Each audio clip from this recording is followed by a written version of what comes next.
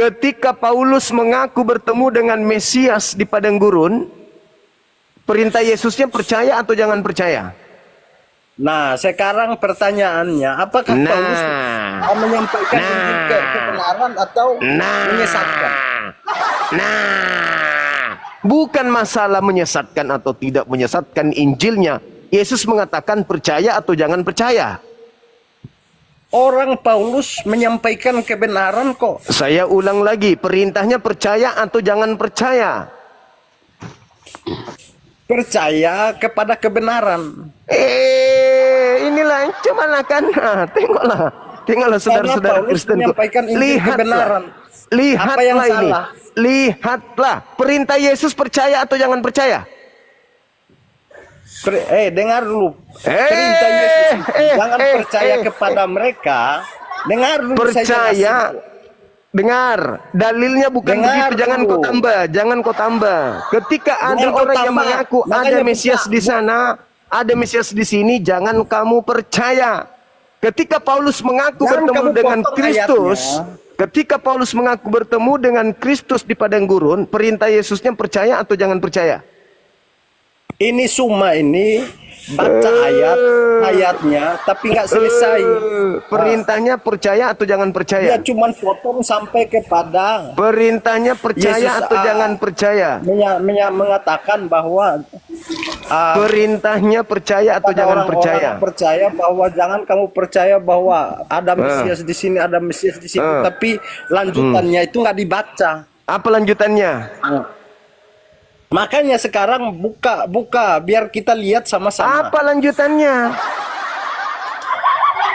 Apa lanjutannya? Masih ada lanjutannya itu. Iya, apa lanjutannya? Jika mereka menyampaikan sesuatu tidak sesuai dengan Injil atau kebenaran, dalilnya kayak begitu. Itu jangan percaya. Penipu, pembohong. Nah, inilah akibatnya kan? Inilah akibatnya. Terbongkar semua. Udah. Kamu ke gereja, cari pendeta, colok pantatnya, jilat tanganmu. Mungkin dengan cara begitu kau bisa waras. Baik, Abang sebentar, Petra sebentar. Ini ada Kodonditan. Assalamualaikum Kodondi. Kodonditan. Kalau dilihat dari akunnya kemarin yang live, ya mudah-mudahan beliau yang asli.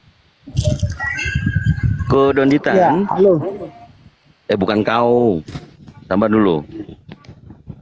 Di tempat saya azan, Abang. Saya mute dulu izin.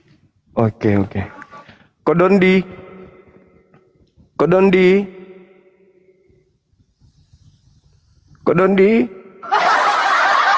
Kok bukan beliau ini. Kalau beliau langsung nyapa. Kodondi kalau jumpa sama saya itu langsung nyapa, nggak mungkin nggak. Ya, halo, selamat sore Juma. Iya. Sore anak jin. Perintah Yesusnya. Siapa anak jin Juma? Ya kau lah. Seperti ini ajaran Islam. Dengar perintahnya Yesus. Apabila ada orang mengaku bertemu dengan Kristus di sini, Kristus di sana, jangan kamu percaya. Awas. Jin itu saudaramu, kawan. Tinggal saya sentil kamu hilang di sini. Kau lihat temanya itu, jangan kebiasaan. Jin itu saudaramu, kamu bukan lihat.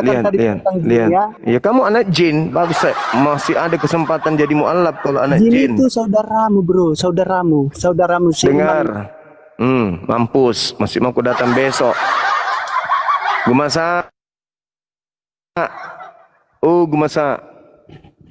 Perintah Yesus kalau ada yang mengaku bertemu dengan Kristus di dalam bilik atau di gurun, jangan kamu percaya.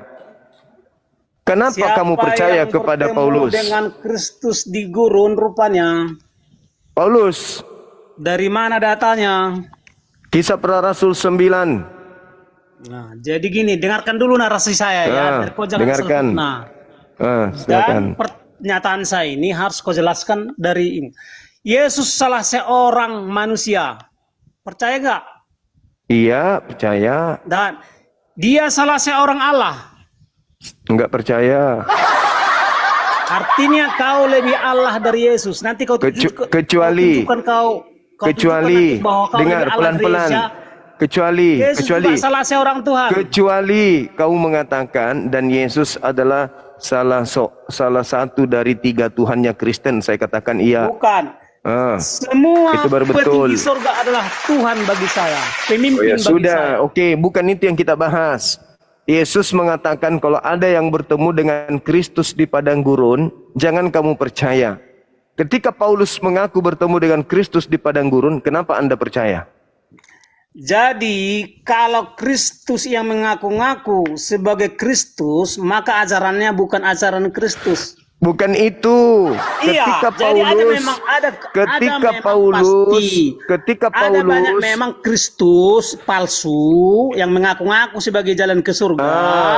Kata Yesus percaya atau jangan percaya. Tetapi dia antikristus. Ya Yesus, Paulus lah itu. Muhammad itu antikristus. Dia mengaku juru selamat, tetapi dia antikristus. Apa yang jadi setiap yang mengaku juru selamat, apa yang Anda katakan? Bersaksi tentang Yesus. Apa yang Anda buktikan di dalam diri Nabi Muhammad bahwa dia antikristus? Coba. Ya, Muhammad adalah antikristus sebab Muhammad tidak berjunjungan kepada Yesus. Oh, setiap orang yang tidak berjunjungan kepada Yesus sebagai satu-satunya jalan ke surga, maka disebut antikristus. Contohnya Muhammad. Yesus, udah Anda turun, kau bikin stres, otakmu rusak. Jangan kau buat juga otakku rusak. Sudah rusak otakmu, kau juga buat saya rusak. Kau aja sendiri. Iya, ini ada Bro Rostrum, Abang Dah, beliau dari Katolik. Siap, yang sudah mempelajari Al-Quran. Bro Rostrum, selamat sore. Selamat sore, terima kasih. Selamat sore Bang Zuma. Sore Bang, sore. Iya, masih tema yang kemarin Bang. Tapi teman-teman Kristen ini menyalahi Bibelnya sendiri dan menyalahi ajaran Yesusnya. Yesusnya mengatakan jangan percaya, malah mereka percaya.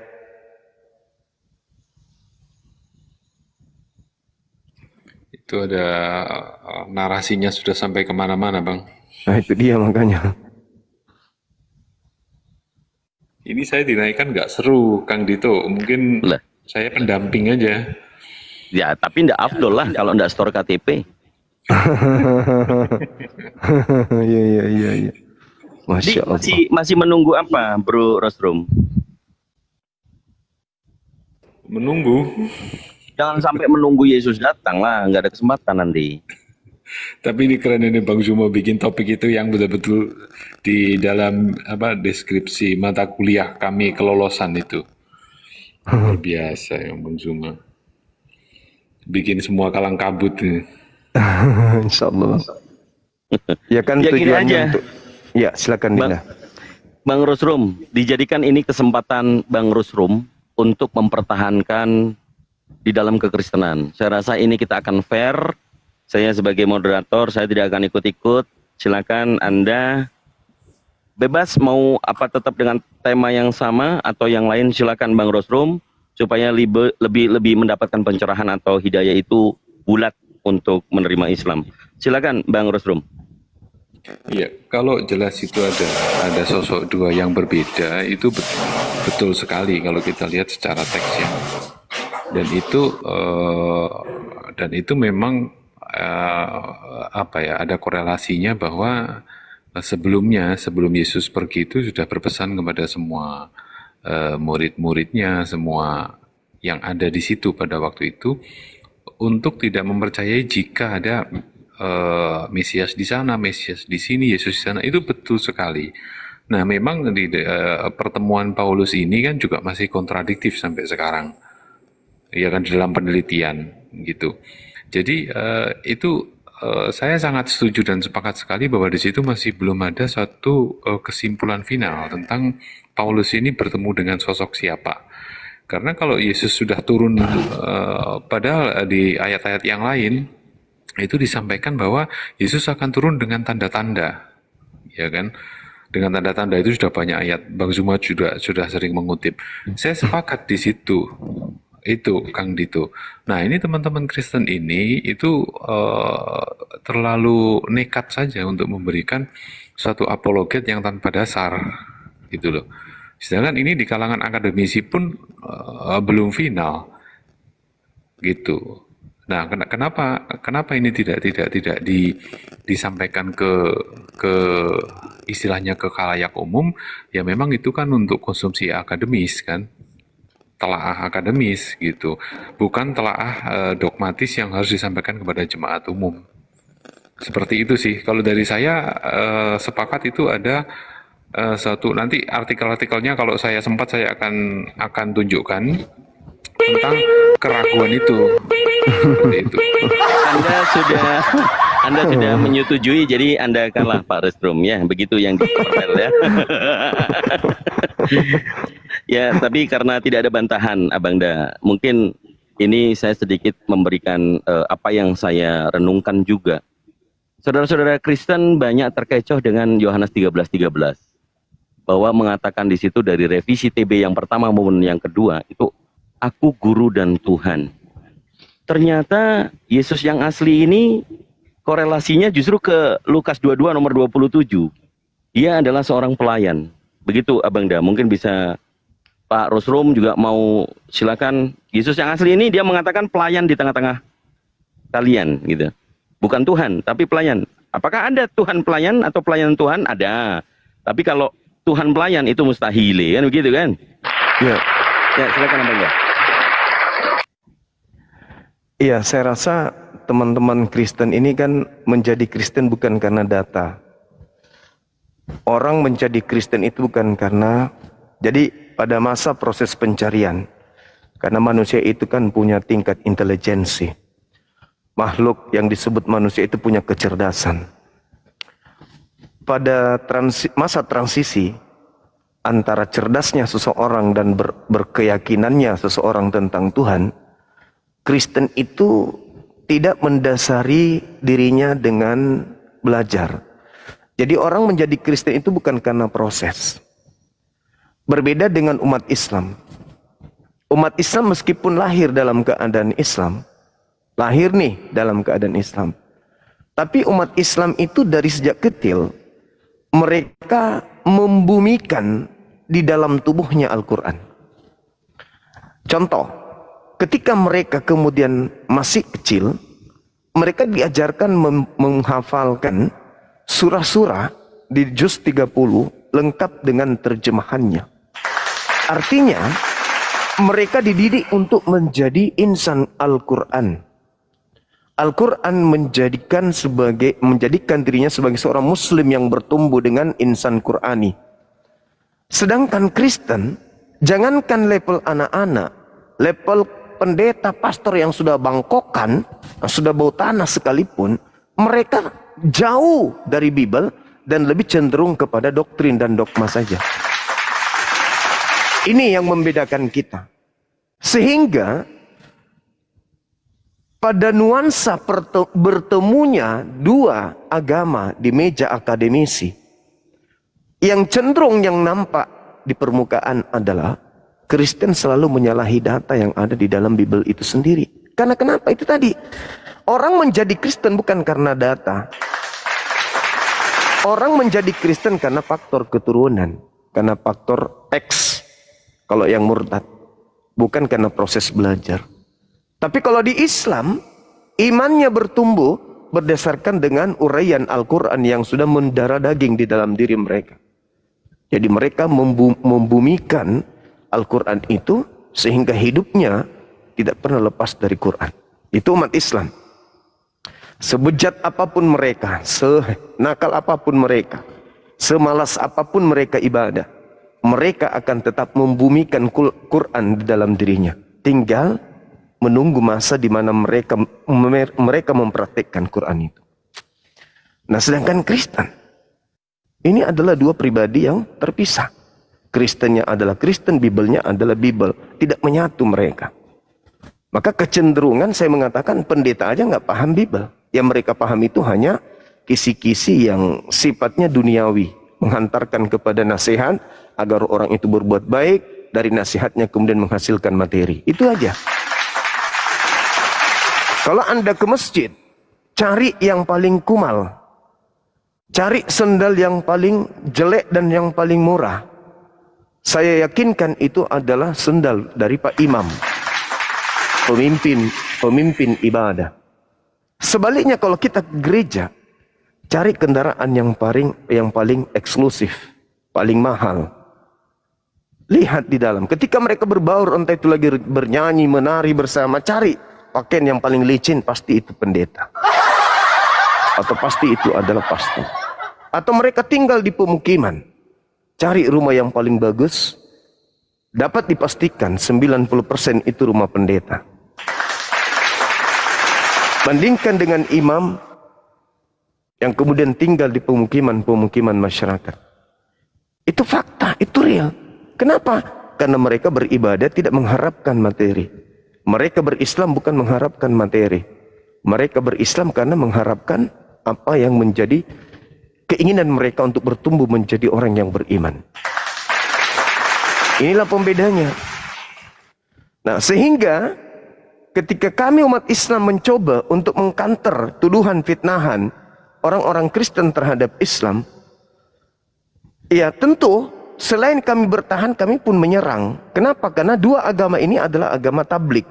Agama yang sifatnya memiliki nuansa syiar. Kristen diperintahkan jadikanlah semua orang menjadi Kristen. Islam diperintahkan serulah manusia seluruhnya kepada agama Islam. Diseru, disampaikan saja, disiarkan Islam itu tanpa ada unsur tendensi pemaksaan. Kalau di Kristen tidak, jadikan. Kalau ada kata perintah jadikan, harus. Jadikan beras ini menjadi bubur, harus jadi bubur. Tidak boleh tidak. Jadikan ini menjadi rumah, harus jadi rumah. Nggak bisa tidak. Kalau di Islam enggak, seruh. Jadi kita hanya disuruh untuk menyampaikan, bertablik ria. Nah, oleh karena itu, ketika Kristen itu diperintahkan untuk melakukan penginjilan kepada seluruh makhluk, jadikan seluruh makhluk ini menjadi pengikut dari makhluk yang keluar dari kubur, kami umat Islam mempertahankan akidah kami. Kami nggak mau. Kami nggak mau. Meskipun Kristen melakukan segala macam cara untuk mengkristenkan kami. Kami tetap bertahan, tidak akan mau. Nah, salah satu tajuk pertahanan yang kami lakukan adalah membuka komal-komal seperti ini, mengajak saudara Kristen untuk silakan Anda paparkan kebenaran yang Anda punya. Silakan Anda sosialisasikan agama yang Anda punya. Sampaikan apa yang Anda menurut Anda adalah benar. Dengan pola angkat tema. Di Islam, apakah tema ini juga bisa diambil? Bisa. Al-Quran mengatakan, wa ma qatalu, wa ma salabu, walakin syubbihalahum. Yang mereka salibkan adalah orang yang diserupakan bagi mereka. Berarti ada dua. Di Islam juga ada dua. Ada yang asli, ada yang diserupakan. Berarti ketika berbicara mengenai Al-Masih atau Kristus, Islam juga memiliki itu, Kristen juga memiliki itu. Permasalahannya di Islam, Islam tidak pernah bertentangan dengan iman Islam itu sendiri dengan kitab sucinya. Berbeda dengan Kristen. Kitab sucinya mengatakan jangan percaya, praktiknya percaya. Kalau di Islam perintahnya sholat, kami sholat. Perintahnya puasa, kami puasa. Perintahnya percaya, kami percaya. Percaya kepada Allah, kami percaya kepada Allah. Percaya kepada Rasul, percaya kepada malaikat, percaya kepada Nabi, percaya kepada kitab-kitab, percaya kepada hari akhir, percaya kepada takdir baik buruk. Kami percaya, perintahnya percaya. Tapi kalau Kristen disuruh percaya, malah sebaliknya. Contoh, jangan percaya kalau ada yang mengaku bertemu Kristus di padang gurun. Praktiknya percaya. Kuduskanlah hari Sabat. Praktiknya batalin hari Sabat. Sunatkan kulubmu. Praktiknya jangan bersunat kulub. Jangan ada ilah lain di hadapanku. Praktiknya burung merpati jadi ilah. Yesus anak manusia juga jadi ilah. Bahkan Kristus yang datang kepada Paulus pun jadi ilah.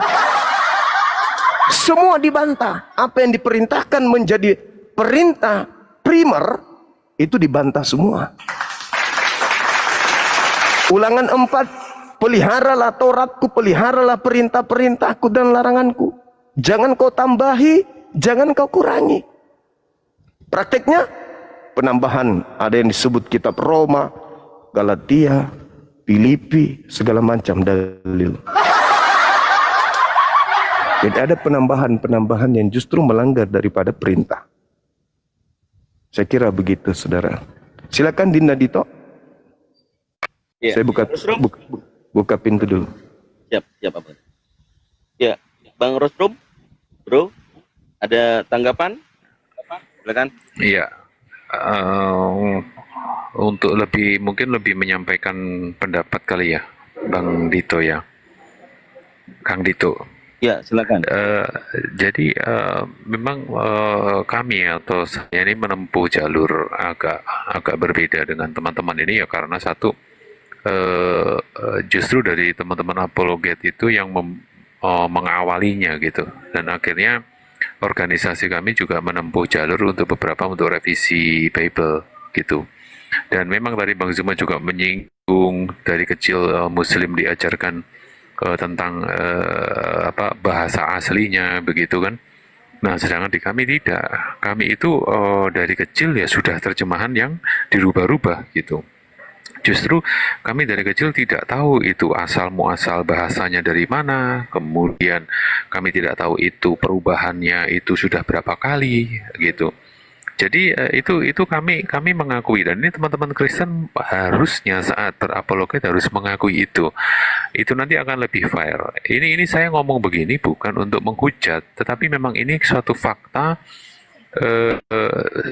istilahnya apa ya, rahasia yang sudah diketahui oleh umum. Jadi kan ya mestinya disampaikan aja, jangan beropini sana sini. Justru kita nggak bisa menang melawan teman-teman Muslim dalam berapologet. Jadi kami mengakui ada perbedaan jauh ya antara TB1, TB2, kemudian di terjemahan-terjemahan tahun 50-an di buku-buku kami, di koleksi kami, di tempat kami juga ada. Dan itu betul apa yang disampaikan oleh teman-teman Muslim, bahwa kami tidak mengenal, istilahnya beginilah, kami tidak mengenal ibu kami tidak mengenal orang tua kami ini dari mana gitu. Tahu-tahu kami sudah besar dan ya sudah seperti ini gitu. Seperti itu Kang Dito. Dan ini mohon maaf pada teman-teman Kristen bahwa ini satu fakta. Mari kita berapologet dengan berangkat itu dari akar yang sama. Nah, itu nanti justru kita akan bisa mengakui. Kalau memang kita itu secara dogmatis gereja ataupun secara pengakuan Bapak Gereja bahwa kita punya 3 lah, kita punya kesetaraan 2 yang disetarakan lah, itu diakui di depan. Bukan jadi 113, 331, kacau itu Kang Dito. Demikian sementara dari saya. Baik, Pak Rosrum sangat bijak sekali ya, tapi ya intinya masih bertahan di kekristenan, itu mungkin ranah pilihan ya, free will. Tapi sebagai jemaat, kalau Pak Rusrum kan, Bro Rusrum kan sudah seminari kelihatannya, sudah gelar pastor ya. Apologet di dalam Katolik itu kan mereka Katolik menggunakan dalil di 1 Petrus pasal 3 nomor 15 dan nomor 16. Itu fakta bagi apologetik Katolik, tapi ini menyimpang dengan yang dilakukan oleh RK. Ini di luar itu Protestan memang tidak memiliki anjuran KGK maupun perintah gereja ya, atau Lumen Gentium. Cuman begini, Bro Rusrum, kalau kita berdiskusi mencari kebenaran ya antara dua agama ini, pastinya kebenaran itu yang dicari adalah yang hak, bukan yang benar-benar kebetulan, bukan. Tadi yang Bro Rusrum sampaikan adalah kebetulan, sampai tidak mengenal induk daripada kitab yang dikatakan kitab sucinya. Namun begini bro, di dalam Torah, kalau di Al-Quran surah Al-Baqarah ayat 79, ada yang diubah-ubah, tapi masih ada kebenaran di dalamnya. Contoh, kalau Yesus mengatakan hanya diutus kepada Bani Israel dan memerintahkan murid-muridnya juga jangan sampai menyeberang ke kaum Samaria, melainkan tetaplah di domba-domba Israel yang tersesat, ya kan? Nah, ini yang kemarin Bang Zuma saya memberitahukan dalil bahwa yang sangat fundamental di dalam Torah, yang saat ini kelihatan masih perlu dibicarakan. Coba Bang Resrum, kalau Yesus memang diutus untuk kalangan Yakub atau Bani Israel, ada satu turunan dari Abraham yang akan memberitahukan hikmah seluruh bangsa di bumi. Itu merujuk kepada Rasulullah saya, Rasulullah kami. baginda Muhammad SAW. Silakan Bro Resrum cermati di Kejadian 22 nomor 18. Mungkin sebagai tambahan untuk renungan dan pembelajaran. Mungkin dari situ silakan dipahami, dibacakan, silakan. Sambil menunggu Bang Zuma, silakan. Kejadian 22 ya Bang ya? Iya, Kejadian 22 ayat 18 dan 19 sebagai keterangannya.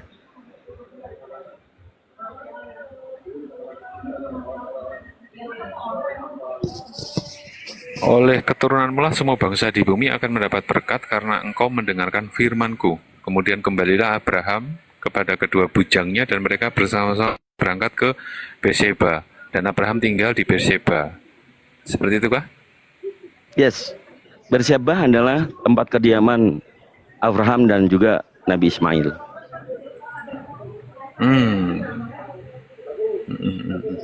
Ya, begini Bang, ini kan saya dari sisi kritik teks dan kritik sejarah ya. Memang kalau kita melihat dari definisi Mesias itu sendiri, kita tidak bisa menutup bahwa Mesias sendiri diartikan kalau sekarang teman-teman yang menyimak ini mau googling atau KBBI atau mungkin AI, itu memang Mesias itu orang yang diurapi, utusan khusus dari Tuhan, bisa dijadikan sebagai raja. Ya itulah yang membuat kesalahpahaman tentang kata-kata tuan, guru, raja gitu. Nah, di sini ada satu kekeliruan dalam penulisan di Bible Indonesia ya, bahwa raja ini itu ditafsirkan sebagai raja yang di situ God gitu. Nah ini ada beberapa contoh ya. Nah untuk masalah kesinambungan antara keturunan Abrahamik sampai dengan Yesus itu kan memang ya dari sisi sejarah sudah fakta ya. Saya harus membahas yang bagaimana lagi gitu. Teman-teman jauh lebih tahu gitu. Nah kembali lagi kepada tentang mesianik ya. Mesianik di dalam kekristenan itu kekristenan yang sekarang ya, itu mesianik lebih memang mengarah kepada ritual-ritual yang dibawa oleh bangsa Romawi gitu tentang mesianik itu. Dan memang di situ ada alkulturasi budaya yang di situ menjadikan satu dogma doktrin Bapak Gereja itu menjadi sedikit bergeser, menurut saya ya, sedikit bergeser. Seperti itu sih, Kang Dito. Mungkin dari teman-teman Kristen ada yang mau menanggapi atau menyanggah, silahkan. Ya, kita sabar dulu. Abang dah udah monitor, Bang? Udah, Dek. Siap. Iya. Kita sapa dulu Alexander. Selamat sore. Alexander sore, dibuka Bang. Iya, dari Kristen, Bang? Iya, dulunya, Bang. Tapi masih dalam pergumulan. Oh, dalam pergumulan. Bukan Muslim kan? Bukan. Oke, siap. Ya, silakan Abang dah. Kita tadi bahas tipis mengenai Kejadian 22 ayat 18, Bang. Iya, itu dari Bang Rusrum. Silakan. Baik, Bang. Bismillahirrahmanirrahim. Kalau berbicara mengenai Nabi Ibrahim alaihissalam, Nabi Muhammad diminta kemudian untuk beriman kepada apa yang diwahyukan kepada Nabi Ibrahim, Ismail, Ishak, Yakub dan keturunannya di dalam Al-Quran surah Al-Baqarah ayat 136. A'udzubillahi minasyaitonirrajim. Qulu amanna billahi wa ma unzila ilaina wa ma unzila ila Ibrahim wa Ismail wa Ishaq wa Yaqub wal asbati wa ma utiya Musa wa Isa wa ma utiyan nabiyyuna min rabbihim la nufarriqu baina ahadin minhum wa nahnu lahu muslimun. Nah, jadi di data Al-Qur'an menerangkan wa nahnu lahu muslimun, artinya bahwasanya seluruh nabi yang diutus oleh Allah kepada Bani Israel yang diceritakan kemudian di dalam Al-Qur'anul Karim itu kami beriman, kami percaya, dan menurut Al-Quran, ya memang kami harus beriman kepada mereka. Kemudian, kesimpulan ini bahwasanya kami beriman kepada ajaran yang datang kepada para nabi. Dalam hal ini Bani Israel diutus pada mereka nabi, diwahyukan beberapa kitab kepada mereka. Itu prosesnya kemudian berjalan. Ketika kami membuka Bible, kami menemukan ada data di Kejadian 22 nomor 18 itu. Di samping itu kami juga menemukan terkait dengan Kejadian 12 nomor 3 itu. Dan ini cakupannya membahas tentang ya Islam, Kristen, dan semua agama yang ada di muka bumi ini. Kenapa saya mengatakan demikian? Karena polanya kita yang mengaku sebagai agama samawi, cerminan keyakinan kita itu adalah bahwa apa yang kita imani hari ini adalah hal yang menurut keyakinan kita itu memiliki sumber, yang mana sumber ini dari pencipta langit dan bumi. Nah, untuk itulah kemudian Islam tidak berdiri sendiri. Kristen juga kalau mau mengakui tidak berdiri sendiri silakan saja. Yang pada prinsipnya adalah di dalam Al-Quran ketika dikatakan wanahnu dan kami muslim berserah diri kepada Allah, maka komponen ini itu dimiliki oleh para nabi dan juga masih kami temukan di dalam Bible. Berserah diri. Yesus juga berserah diri. Nabi Musa berserah diri. Abraham berserah diri. Daud, Salomo berserah diri. Oleh karena itulah cerminannya antara dua agama Islam Kristen itu bisa kita lihat. Kalau Al-Quran ya nanti saudara tidak percaya. Tapi kalau kita berbicara mengenai dalil yang tadi, Kejadian 22 nomor 3 misalnya, siapa yang mengutuk aku akan mengutuknya. Siapa yang memberkati aku akan memberkatinya. Dan olehmu bangsa-bangsa akan mendapatkan berkat. Ini luar biasa nih. Yang kedua, nuansanya juga berbicara hal sama seperti itu. Kejadian 22 nomor 18 tadi. Oleh keturunan mula seluruh bangsa akan mendapatkan berkat. Kalau kita melihat struktur pengajaran Musa dan juga implementasi apa yang disebut firman atau kalam dari langit kepada dia, maka cakupannya hanya untuk Bani Israel tok. Dengan kata lain, ibarat meja makan, kita nggak diundang ke sana untuk makan. Lapar dong kita. Atau kita harus mencari makanan di luar sana yang tidak disediakan untuk kita di meja Abraham. Atau di meja Musa. Cerminannya kepada Yesus pun sama. Aku diutus hanya kepada domba yang sesat dari umat Israel. Bahkan Yohanes 17 nomor 9, aku berdoa bukan untuk dunia. Bahkan Yesus berpesan kepada muridnya agar jangan ke bangsa lain. Lalu bagaimana ceritanya dari keturunan Abraham bisa dunia ini mendapatkan berkat? Sedangkan Kristen datang itu unsur pemaksaan. Pemaksaannya di mana? Ada tembok yang begitu tinggi yang harus diseberangi oleh Kristen. Aturannya seperti itu. Tetapi Kristen curang. Kenapa curang? Karena menanggalkan petua-petua Yesus yang menjadi dasar ajaran Yesus kepada Bani Israel. Contoh yang tadi, waspadalah kepada Kristus yang palsu. Kristus palsu ini akan menyesatkan banyak orang. Yang dilanggar oleh Kristen tidak mau peduli mana orang banyak itu, EGP. Yang pasti kami Kristen pengikut Kristus. Mereka tidak mencoba untuk menelaah dan bercermin mana pengikut palsu yang banyak ini. Adakah selain Kristen? Tak ada. Cuman Kristen di luar Yahudi yang mengaku sebagai pengikut Kristus. Naifnya, Yesus di dalam tataran pengajaran kepada Bani Israel memiliki submateri dan kisi-kisinya jelas. Apa kisinya? Segala firman yang Yesus lontarkan dari mulutnya. Di antaranya adalah waspadalah kepada penyesat yang datang kepadamu. Objek yang dikatakan ketemu di situ atau kamu atau kalian adalah Bani Israel. Berarti penyesatnya datang kepada Bani Israel. Mengaku bertemu dengan Mesias di padang gurun. Mengaku Mesias bertemu dengan Mesias di dalam bilik rahasia. Atau temeong dalam bahasa Yunani. Artinya bahwa hal-hal seperti ini harus ditabrak oleh Kristen. Sehingga yang terjadi adalah seakan-akan Kristen yang menyebar ke seluruh penjuru bumi itu adalah seakan-akan keturunan Abraham. Padahal bukan. Oleh keturunanmu, maka dunia akan mendapatkan berkat. Nah, mari saya urai polanya.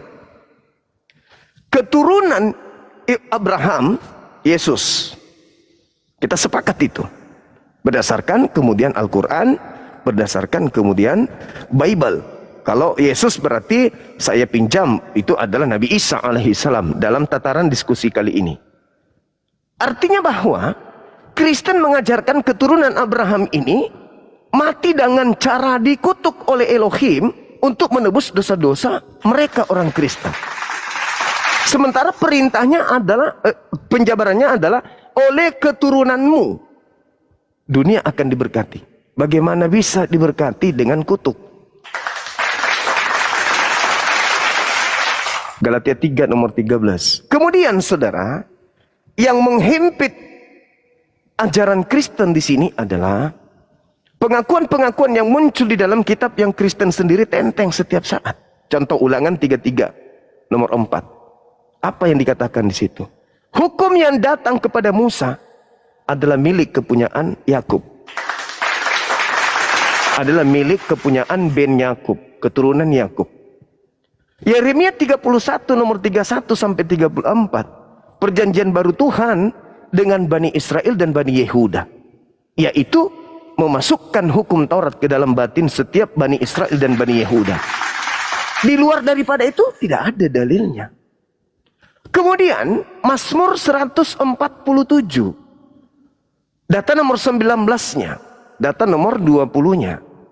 Hukum-hukum yang datang kepada Yakub dan aturan-aturan yang datang kepada Israel tidak aku berikan kepada bangsa lain. Kan nyekik. Artinya Paulus salah dengan pola pengajarannya berdasarkan Mazmur 147. Kenapa? Karena ajaran yang dikatakan Kristus telah mati dengan cara terkutuk. Kristus telah menebus Kristen dari kutuk hukum Taurat dengan jalan menjadi kutuk karena Kristen. Sebab ada tertulis. Pola ini sudah melanggar kaidah. Kenapa? Karena hukum Taurat itu hanya untuk Bani Israel. Apa pula dia sibuk-sibuk mati untuk membebaskan Kristen dari Taurat? Gak ada nyambung-nyambungnya. Hukum Taurat itu hanya untuk Bani Israel. Ketika dibatalkan, maka dibatalkan untuk si pemilik hukum. Bukan untuk Kristen. Tapi lagi-lagi Kristen berasa Taurat tidak berlaku lagi. Sekarang bebas makan babi. Sejak kapan perintah larangan babi itu ada kepada Kristen? Gak ada nabi diutus ke Kristen. Nabiku, ya Tuhanku, larang Kristen makan babi. Mana dalilnya? Gak ada dalilnya itu, gak ada. Itu dibuat-buat sendiri oleh Paulus. Nah, inilah yang terjadi.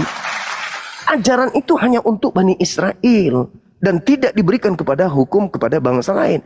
Sedangkan nubuatannya oleh keturunanmu bangsa di dunia akan mendapatkan berkat. Sederhananya begini, saudara-saudara Kristen. Kalau Anda melihat seorang Kristen masuk Islam, maka lisannya akan basah setiap saat. Basah dengan pemberkatan kepada Abraham. Mereka akan sholat dan mereka akan mengucapkan apa? Kama shallaita ala sayyidina Ibrahim wa ala alihi sayyidina Ibrahim. Wajib hukumnya dia membaca itu pada saat mereka sholat. Berapa kali umat Islam sholat dalam sehari? 5 kali minimal. Maaf bang, kepotong. Itu maksudnya apa bang? Artinya bang kalau di Indonesia kan? Berkah atas Nabi Abraham dan juga berkah Tuhan atas keturunan Abraham. Pemberkatan.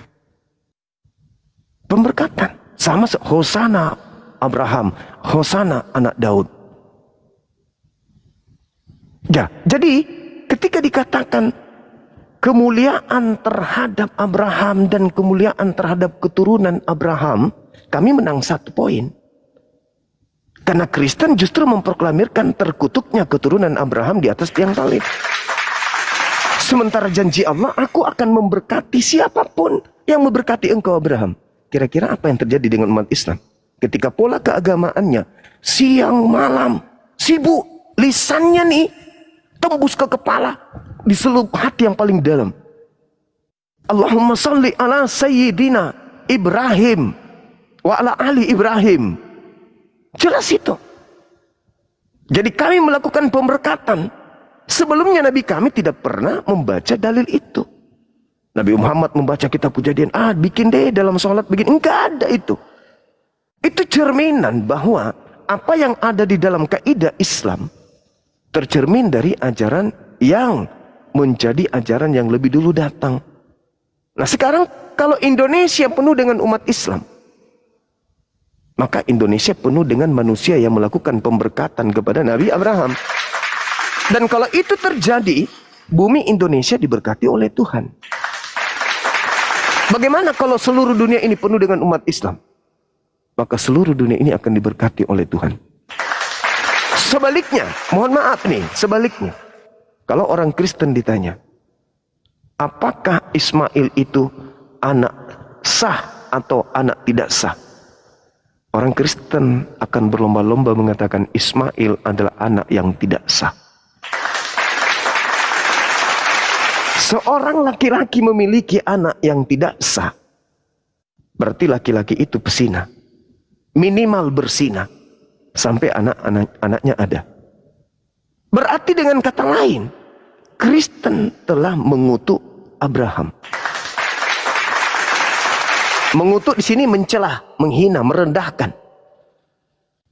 Barang siapa yang menghina, barang siapa yang mencela, barang siapa yang memburuk-burukkan engkau, maka aku pun akan memburukkan dia.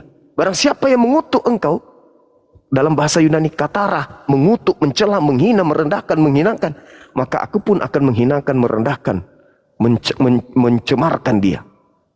Nah sekarang Kristen ditanya, wahai saudara Kristen, siapa Ismail ini menurut kalian?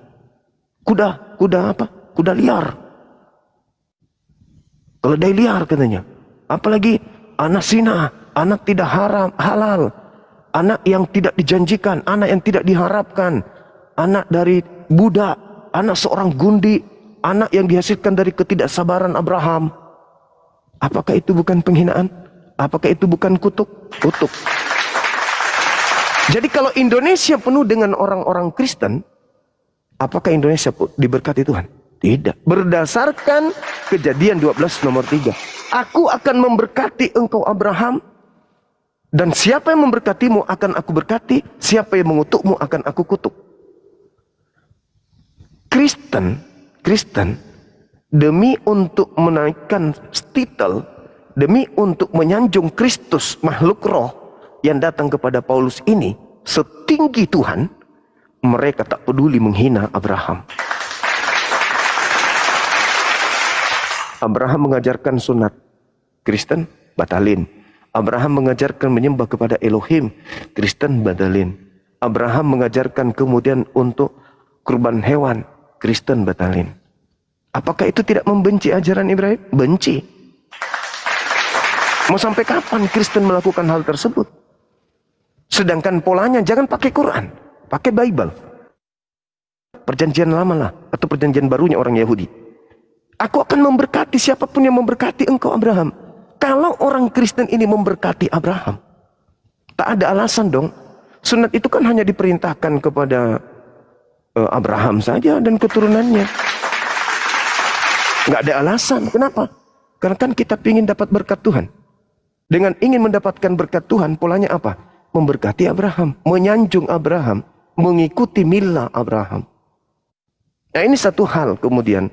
Saudara-saudara Kristen selalu bertanya, mana perintah sunat di dalam Al-Quran?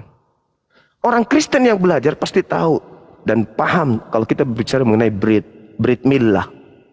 Brit milah artinya perjanjian sunat. Al-Quran memerintahkan ikutilah milah Abraham. Ikutilah perintah sunat Abraham. Itu dalilnya. An-Nahl ayat 123. Nah artinya bahwa ketika Abraham bersunat, kami bersunat. Kami sekelangan dengan Abraham. Kami sekelompok dengan Abraham. Sedangkan perintahnya di dalam Yesaya 52 nomor 1. Orang yang tidak bersunat tidak boleh sekawanan dengan domba Israel. Orang yang tidak bersunat tidak boleh masuk ke kota suci Israel. Itu nggak boleh. Bahkan kalau kita lihat dalam Yehezkiel 4 nomor 6, nomor 7, nomor 8, endingnya di data nomor 9. Satu hal pelanggaran orang-orang Yahudi yang tidak bisa dilupakan oleh Elohim adalah memasukkan orang yang tidak bersunat ke dalam rumah ibadah. Orang Yahudi. Kata Tuhan di sana apa? Seluruh pelanggaran-pelanggaranmu yang dulu-dulu telah aku lupakan. Tapi satu pelanggaranmu yang tidak bisa aku lupakan dan sangat-sangat menyakiti aku. Apa itu? Engkau memasukkan orang-orang yang tidak bersunat ke dalam rumah ibadahku. Jadi bagaimana mungkin orang Kristen ini nanti di dalam datangnya Israel kedua, Israel baru, bisa sekalangan dengan domba Bani Israel. Sedangkan makan babi, tidak bersunat, tidak mandi junub, tidak tahir. Di dalam tubuhnya itu penuh dengan makanan yang diharamkan oleh kitab sucinya orang Yahudi. Jadi nggak bisa. Jadi ketika dikatakan oleh keturunanmu lah dunia ini akan diberkati. Siapa keturunan dari Nabi Abraham yang mendapatkan titah untuk mengajarkan ajaran Eloah Abraham, Eloah Isa, Eloah Yakub kepada seluruh dunia? Nabi Musa hanya untuk Bani Israel. Yesus hanya untuk Bani Israel. Lalu siapa? Oh, Paulus. Tunggu dulu. Kalau Paulus harus tanya dulu. Siapa yang memerintahkan dia ke seluruh dunia? Siapa yang memerintahkan dia untuk pergi ke seluruh bangsa? Itu dulu cari. Oh, bukan bang, Yesus sendiri. Yang mana itu? Yang keluar dari kubur. Periksa dulu. Apakah itu betul Yesus? Yang keluar yang bangkit pada hari ketiga?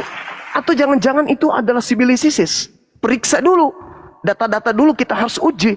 Kita uji kompetensi terhadap oknum tersebut. Kenapa dia mampu mendapatkan mukjizat? Dari mana mukjizatnya? Dari mana kekuatannya? Aku diberi kekuatan, aku diberi kuasa. Dari mana kuasanya? Harus dideteksi dulu.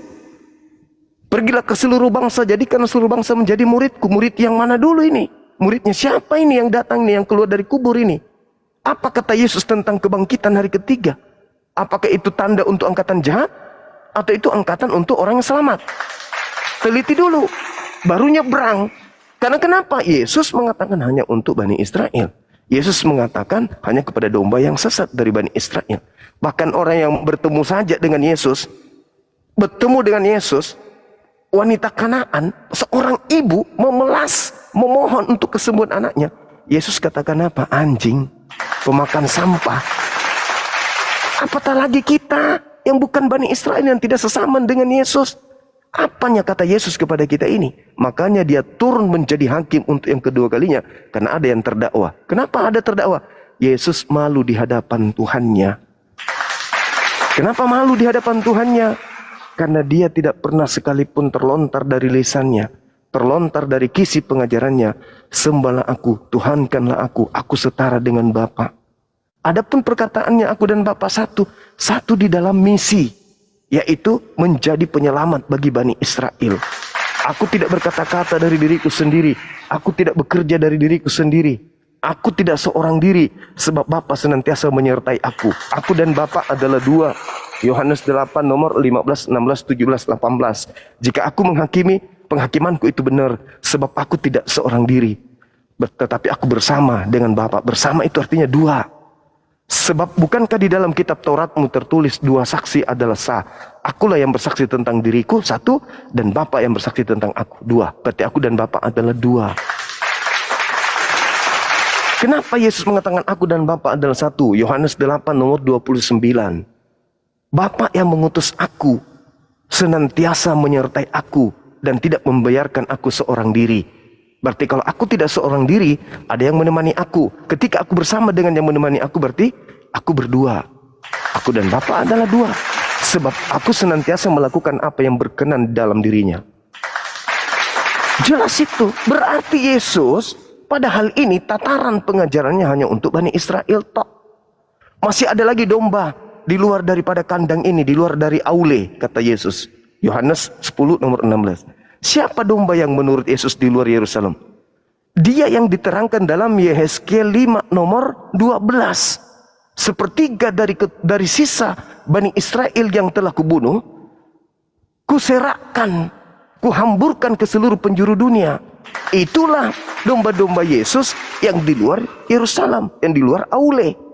Kepada dialah yang domba-domba di luar Yerusalem ini, Yesus berpesan pergi. Kalau dia ada di Indonesia, ke Indonesia. Cari keturunan Yakub di sana. Jangan cari orang Batak. Jangan cari orang Toraja, orang Manado, orang Papua, Flores. Jangan cari keturunan Yakub yang hidup di tengah-tengah bangsa asing. Pergi sana. Jangan ke bangsa lain, tapi pergilah kepada domba-domba yang sesat. Apa itu domba-domba yang sesat? Yang sudah lupa pulang, yang sudah lupa kepada Elohim, yang sudah lupa kembali kepada Taurat, yang sudah lupa kembali kepada tanah perjanjian. Pergi, ajak mereka kembali, gembalakan mereka pulang kembali ke rumah. Tapi Kristen enggak. Selalu saja tampil, wah kami inilah dombanya. Dari mana domba orang darah Yakubnya enggak ada? Jadi begitu saudara, yang dimaksud di sana bahwa oleh keturunanmu harus ada antara Nabi Ismail kah atau Nabi Ishak. Nah, ternyata Yesus hanya untuk Bani Israel. Bagaimana dengan keturunan Nabi Ismail? Rupa-rupanya Nabi Muhammad diutus bil bayyinati waz zubur wa anzalna ilaika dzikr litubayyana lin-nasi ma nuzila ilaihim wa la'allahum yatafakkarun.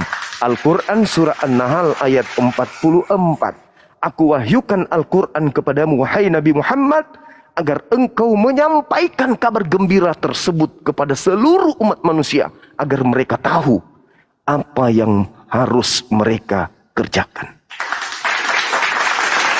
Kami bukan Bani Yakub, betul.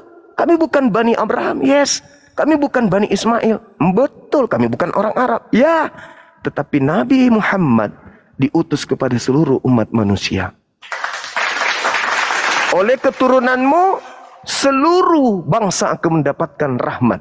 Nabi Muhammad diutus waman illa rahmatan lil alamin wa ma arsalnaka illa rahmatan.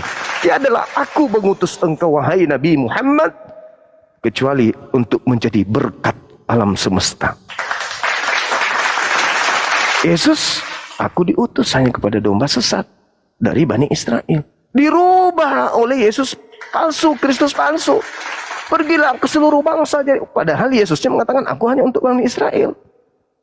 Nah ini saudara cerminan dari Kejadian 22 nomor 18 tersebut.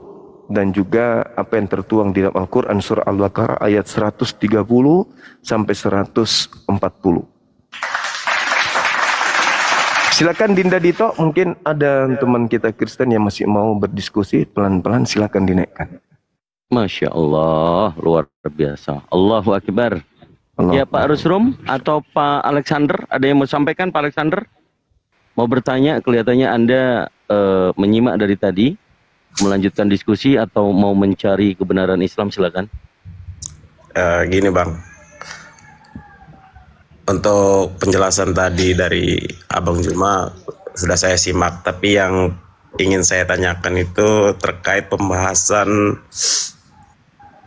tentang Alkitab, di mana ada mengutip ayat 1 Korintus 11 tadi Bang. Nah di situ kan maksud saya apa ya, ada kawan-kawan Kristen yang lain juga yang ingin menjelaskan kan, tetapi kan Bang Juma menjelaskan itu bahwa itu bukan terjemahan yang asli. Artinya Paulus mengakui dia sebagai Mesias, padahal dalam terjemahan yang terakhir itu kan dia mengajari umatnya untuk mengikuti Yesus Kristus. Maksud saya setiap kitab itu kan pasti ada terjemahan untuk memperjelas makna, nggak Bang? Kira-kira setiap kitab maksudnya. Itu jadinya ketafsir. Maksud saya di Al-Quran ada nggak misalnya untuk memperjelas makna dalam ayat itu? Tafsir Bang, tafsir. Tafsir Bang ya? Iya. Oke, ini Bang, saya mau nanya tentang ini surat Al-Kautsar. Surah Al-Quran Al-Kautsar. Iya. Di situ kan ayat yang pertama ya Bang, huruf yang pertama tuh, Bang. Nah di situ kan nggak ada tuh, maksudnya kalau saya baca terjemahannya begini, sesungguhnya kami telah memberimu Nabi Muhammad nikmat yang banyak. Iya. Nah, di dalam tulisan Arabnya itu kan nggak ada tuh kayaknya nama Nabi Muhammad itu, Bang. Nah, maksudnya berarti sama juga lah dengan kitab Kristen tadi yang maksudnya menambahkan tadi dalam konteks untuk memperjelas makna gitu, Bang. Iya. Tapi yang perlu iya. Tapi yang perlu ya. Silakan Bang. Iya, Al-Qur'an itu datang kepada Nabi Muhammad. Jadi ketika dikatakan inna a'tainakal kautsar, itu jelas bahwa ayat itu menjelaskan menuju kepada kamu. Kamu adalah orang kedua yang menerima wahyu dari sumber. Kamu di situ siapa? Bukan Nabi Isa, bukan juga Nabi Musa, tetapi bercerita tentang yang menerima wahyu saat itu. Dan saat itu yang menerima wahyu hanya baginda Rasulullah Muhammad sallallahu alaihi wasallam. Maka yang dimaksud di sana, meskipun tanpa penjelasan itu Nabi Muhammad, karena beliau yang menerima wahyu, beliau yang dijanjikan kemudian nikmat, maka yang dimaksud di sana adalah Nabi Muhammad. Itu tafsir yang tidak keluar dari kaidah, karena memang Nabi Muhammad yang menerima Al-Quran. Artinya bisa juga lah di dalam Kristen, karena Paulus kan memberitakan tentang Yesus itu sendiri, Bang. Maksudnya dia bukan mengakui dia sebagai Yesus, tapi dia memberitakan apa yang diajarkan oleh Yesus. Jadi dia berbicara tentang konteksnya tentang Yesus tadi, sama seperti Nabi Muhammad tadi. Maksudnya wahyu diberikan ke Nabi Muhammad. Seperti itu, Bang. Kalau begini, saudara, kalau Anda ingin mengibaratkan dengan Nabi Muhammad dengan Paulus dalam tataran ini, maka ada oknum yang harus mengaku sallallahu alaihi wasallam. Nabi Muhammad bergelar sallallahu alaihi wasallam. Beliau yang menerima Al-Quran. Al-Quran dijelaskan oleh beliau. Tidak ada yang menduplikat ajarannya dan mengatakan dirinya juga adalah sallallahu alaihi wasallam. Sama seperti kami umatnya. Ketika diperintahkan sami'na wa ta'ana, ati'ullah wa ati'ur rasul. Kami taat kepada Rasul, tidak ada di antara kami mengaku bahwa kami ini adalah sallallahu alaihi wasallam. Berbeda dengan Paulus. Paulus di dalam 1 Korintus 11 nomor 1, jadilah teladanku, sebab aku ini juga adalah Kristus. Nabi Muhammad, ati'ullah, taatlah kepada Allah, dan taat jugalah kepadaku. Allah adalah Tuhan kita, aku adalah Rasul Tuhan kita. Dia tidak mengatakan taatlah kepadaku sebab aku ini juga adalah Allah. Berbeda dengan Paulus sang rasul. Tuhannya adalah Yesus, dianya adalah rasulnya Yesus. Ketika Tuhannya terangkat ke langit, dianya yang mengaku Kristus. Sedangkan gelar Kristus itu hanya ada pada diri Yesus, selain daripada penyesat. Hanya ada dua, asli, palsu. Sekarang apakah Paulus ketika mengaku Kristus dia adalah asli? Dia adalah palsu. Kata Yesusnya, waspadalah kepada Kristus palsu. Siapa Kristus palsu ini? Yang mengaku Kristus selain daripada aku. Siapa itu? Ya Paulus, Bang. Jadi beda konteksnya. Nabi Muhammad tidak pernah mengaku Allah. Gelar Allah adalah subhanahu wa ta'ala. Aku adalah subhanahu wa ta'ala. Taatlah kepada aku sebab aku juga adalah subhanahu wa ta'ala. Itu nggak ada di Islam. Makanya di Islam itu semurni-murninya akidah. Makanya Nabi Muhammad mengajarkan 13 tahun hanya untuk sekedar memperkenalkan siapa Allah itu. 13 tahun, Bang. Hanya untuk mengajarkan Allah itu siapa, siapakah Allah itu, siapa Allah itu, siapa. 13 tahun. Beliau datang membawa risalah kenabian, menggembleng orang Arab di pada zamannya, sahabat-sahabatnya, untuk sekedar mentauhidkan. Apa itu mentauhidkan? Mengesakan, menganggap Tuhan Allah itu tidak ada sekutu baginya. 13 tahun. Belum mengajarkan yang lain. Belum mengajarkan sholat, belum mengajarkan puasa, belum mengajarkan yang lain. Yang diajarkan terlebih dahulu adalah tauhid, sebelum mengajarkan yang lain. Jadi bagaimana mungkin Nabi Muhammad mengaku subhanahu wa ta'ala? berbeda dengan Paulus. Ketika Yesus mengatakan waspadalah kepada orang yang mengaku bertemu dengan Mesias atau mengaku bertemu dengan Kristus, Paulus mengambil dua bagian tersebut. Mengaku bertemu dengan Kristus dan mengaku juga sebagai Kristus. Iya, Bang. Coba silakan. Gini, Bang, maksud saya kan sebelum pasal 11 itu kan ada penjelasan juga di pasal 12 itu, Bang. Maksudnya dia memberitahukan tentang Yesus melalui penguasaan Roh Kudus yang datang daripada Allah itu, kata dia kan. Dan dia mengajari jemaat waktu itu kan untuk maksudnya ya mempercayai Yesus sebagai Tuhan yang datang daripada Allah Bapa itu sendiri, maksudnya gitu, Bang. Bukan dia mengaku dia Mesias, tapi dia, ini yang saya pahami aja, Bang, ya. Iya, silakan. Bukan dia mengatakan bahwa dia itu Mesias. Makanya diperjelas dengan terjemahan tadi, Bang. Nah, maksudnya itu. Konteksnya itu kan ada dari pasal 12 itu, Bang. Tapi ada hal yang menarik di sini. Yang menurut saya itu adalah kekosongan dalam studi kekristenan. Apa itu? Kristen lupa kalau Paulus itu tidak pernah mengirim surat kepada orang Indonesia. Itu dulu.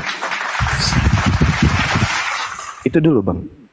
Kalau Anda melihat 13 buku Paulus itu konsentrasinya bukan kepada seluruh umat manusia. Nah, ini dalam studi kekristenan atau pelajaran kristolog, Kristen itu saya yakinkan tidak belajar sampai ke sana.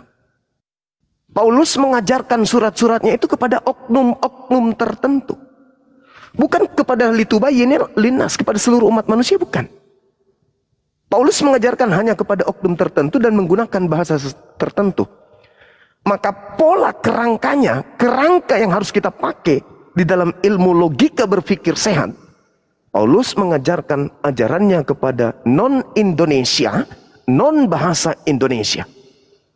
Maka fakta akan terpapar dengan jelas ketika orang Indonesia, dalam hal ini Kristen, jujur menyikapi keadaan itu. Apa itu? Kristen harus mencoba untuk kembali kepada original teks untuk merasakan apa nuansa rasa bahasa Yunani terhadap orang Yunani.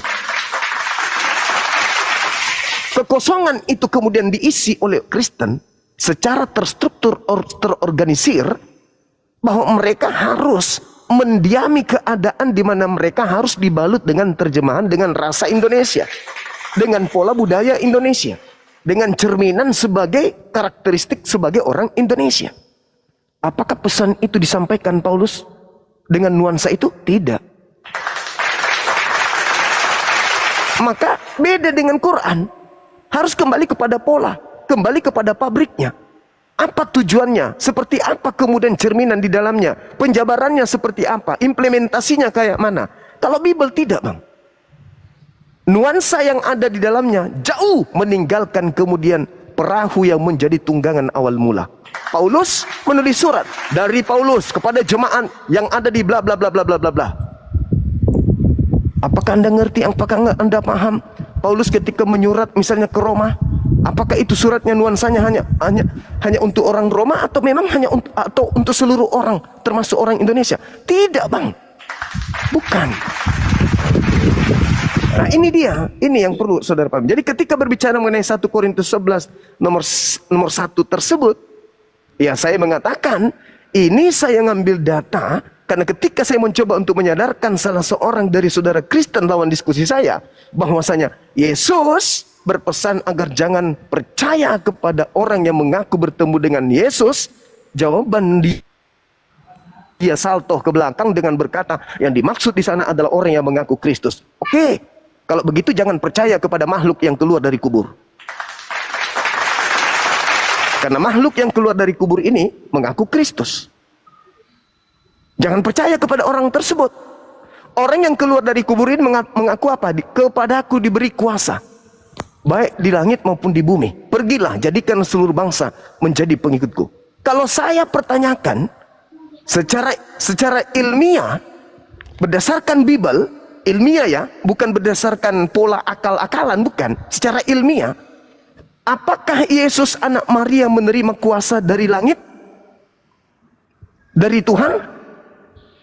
Kalau dengan kuasa Tuhan ya menerima, Bang. Di mana dalilnya? Yang menerima itu, Bang. Iya. Tapi kan Al-Quran sendiri juga mengakui itu, Bang. Tunggu dulu. Kalau di Al-Quran itu kan sebagai tanda kepada Bani Israel. Dia diberi kemudian kekuatan biiznillah, dengan izin Allah, membangkitkan orang mati biiznillah, membuat orang lumpuh kemudian berjalan biiznillah, orang kena sampar sembuh biiznillah, dengan izin Allah. Diterangkan juga dalam Kisah Para Rasul 2 nomor 22. Orang Israel harus tahu. Lagi-lagi kita tersisi dong, Kristen tersisi dong, karena yang diseru orang Israel. Yang aku maksud adalah Yesus dari Nazaret, orang yang ditentukan oleh Tuhan untuk melakukan mujizat. Perhatikan, tanda-tanda kekuatan yang dilakukan oleh Tuhan melalui perantaraan Yesus.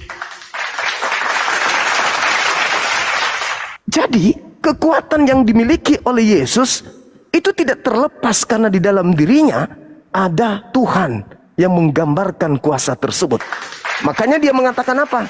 Makananku adalah melakukan pekerjaan yang aku lihat Bapa melakukannya.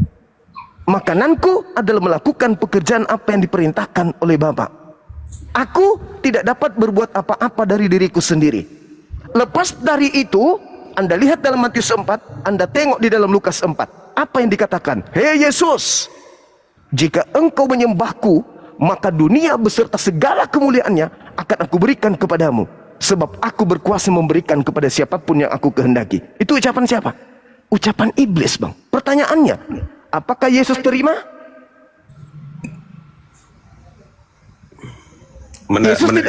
Menerima apa, Bang? Apakah Yesus terima ketika iblis menawarkan kuasa itu? Putus-putus suaranya, Bang. Maaf, Bang. Apakah Yesus terima ketika iblis menawarkan kuasa? Yesus, segala kuasa bumi dan kemuliaannya akan aku berikan kepadamu jikalau engkau menyembahku. Sebab aku berkuasa memberikan kepada siapapun yang aku kehendaki. Pertanyaan saya, apakah Yesus terima kuasa itu? Dia tidak diterima karena di dalam ayat itu menjelaskan dia dicobai oleh iblis kan, Bang. Dia nggak terima kan? Ya, dia tidak terima. Dia tidak terima. Berarti Yesus kembali ke style pabrik. Apa itu? Aku tidak dapat berbuat apa-apa dari diriku sendiri. Kembali ke cetakan pabriknya. Dia tidak memiliki kuasa apa-apa. Dia hanya berkuasa ketika Elohim kemudian memberikan kuasa kepadanya untuk dia lakukan tanda-tanda dan mukjizat. Lihat kesaksiannya dalam Yohanes 5 nomor 36. Ada kesaksianku yang lebih penting dari kesaksian Yohanes Pembaptis. Bahwa segala kekuatan yang aku lakukan, segala pekerjaan yang aku lakukan, pekerjaan itulah yang bersaksi bahwa aku adalah utusan Bapa. Ya, sedangkan benar, Bang, dia mengatakan seperti itu karena dalam konsep keilahian dia itu kan memang konsep keilahian Trinitas tadi, Bang. Maksudnya itu bisa dianalogikan seperti air kan, air, es dan uapnya kan.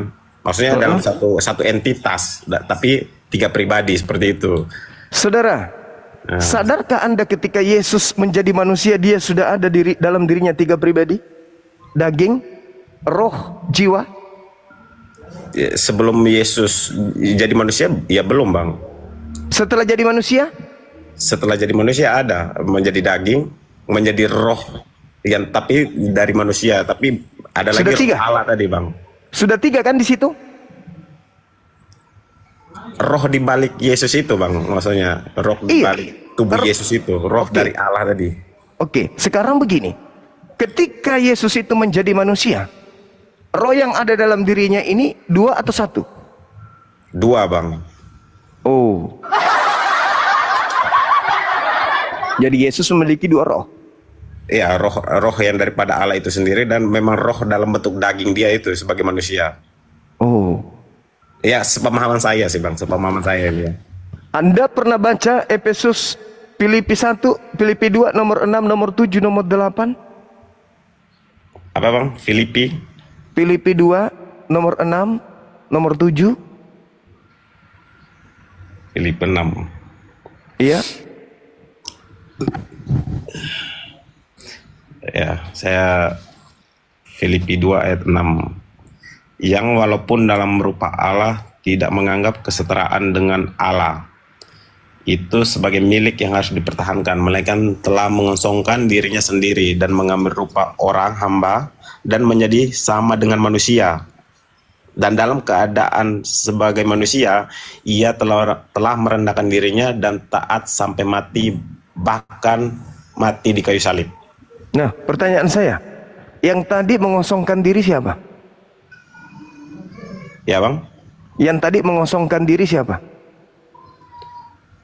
Ya, Allah itu sendiri bang. Oke, berarti sudah ada Allah kan? Ya. Tidak ada Allah lagi kan? Kalau kita berpikir secara logika manusia ya memang nggak ada. Tapi kan kita berbicara kemahakuasaan dia bang. Dia kan punya kuasa, maksud saya. Loh, tadi dia mengosongkan diri. Tidak mempertahankan ketuhanannya, keilahiannya, melainkan mengosongkan diri dan menjadi manusia. Berarti tadi yang adalah maha kuasa setelah menjadi manusia masih ada kuasanya enggak? Ya tetap masih ada karena dia maha kuasa bang. Mengosongkan diri, Anda paham mengosongkan diri? Ya kalau kita berlogika dengan akal, maksud saya ini karena kita berbicara konteks kemahakuasaan banyak, jadi tidak terbatas kan? Ya, kalau maha kuasa tidak terbatas, berarti dia tidak jadi manusia.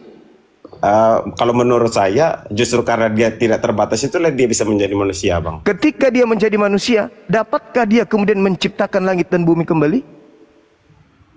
Karena tujuannya ke dunia itu kan. Enggak, pertanyaan saya bukan itu. Ketika dia saya paham, bang. Saya paham. Ketika dia menjadi manusia, dapatkah dia berbuat sesuka hatinya? Sebenarnya bisa saja kalau dia mau, tapi yang jadi pertanyaan ini kan akal-akalan saudara. Ya bukan ini pemahaman saya aja bang, maksudnya secara akal saya. Bukankah sebagai manusia bukankah dia tidak bisa melakukan apa-apa? Gimana bang? Sebagai manusia bukankah dia mengaku aku tidak dapat berbuat apa-apa dari diriku sendiri? Ya benar. Berarti terbatas enggak itu? Di situ kan dia mau mengajari manusia itu sendiri agar tetap berserah kepada Allah itu sendiri, bang. Sebenarnya kalau setahu saya nih bang. Ini berbicara mengenai kemahakuasaan, bang. Ya. Tadi ketika Anda mengatakan maha kuasa itu berarti dia tidak akan pernah kehilangan kekuasaan. Iya benar. Ketika maksudnya dia membatasi kekuasaan dia pun itu kuasa kan? Loh, bagaimana ceritanya Tuhan membatasi? Ya, gini bang ya. Misalnya kayak gini, dia membatasi kekuasaannya dia, itu sebenarnya kuasa dia juga. Nah sekarang ketika dia, saudara, ketika dia terbatas, tidak mampu melakukan apa-apa, itu maha kuasa nggak menurut saudara? Kalau dalam konteks Allah tadi bang ya, maksudnya ya sebenarnya dia berkuasa bang. Bagaimana ceritanya Anda mengatakan maha kuasa sementara begini, bukti dia berkuasa sekarang begini kawan, orang mati bang. Yang lebih tahu Anda atau Yesus tentang dirinya? Ya pasti Yesus, tapi kan Yesus mengatakan aku tidak dapat berbuat apa-apa dari diriku sendiri. Ya dia waktu maksudnya dalam sisi lain dia sebagai manusia itu bang. Itu penambahan saudara. Diriku sendiri. Emang Yesus ada berapa dirinya? 3. Ya 1. Tapi kan di dalam tubuh dia tadi yang kita bicara tadi ada roh tadi bang. Saudara, itu tanggapan saudara kan? Benar. Tapi ada ayat yang mengatakan begini bang, karena dia bilang begini kan waktu saat Filipus nanya itu bang. Iya. Bapak tunjukkan Bapak kepada kami. Terus jawab itu. Sudah sekian lama saya bersama-sama dengan kalian, masih saja kamu menanyakan Bapa.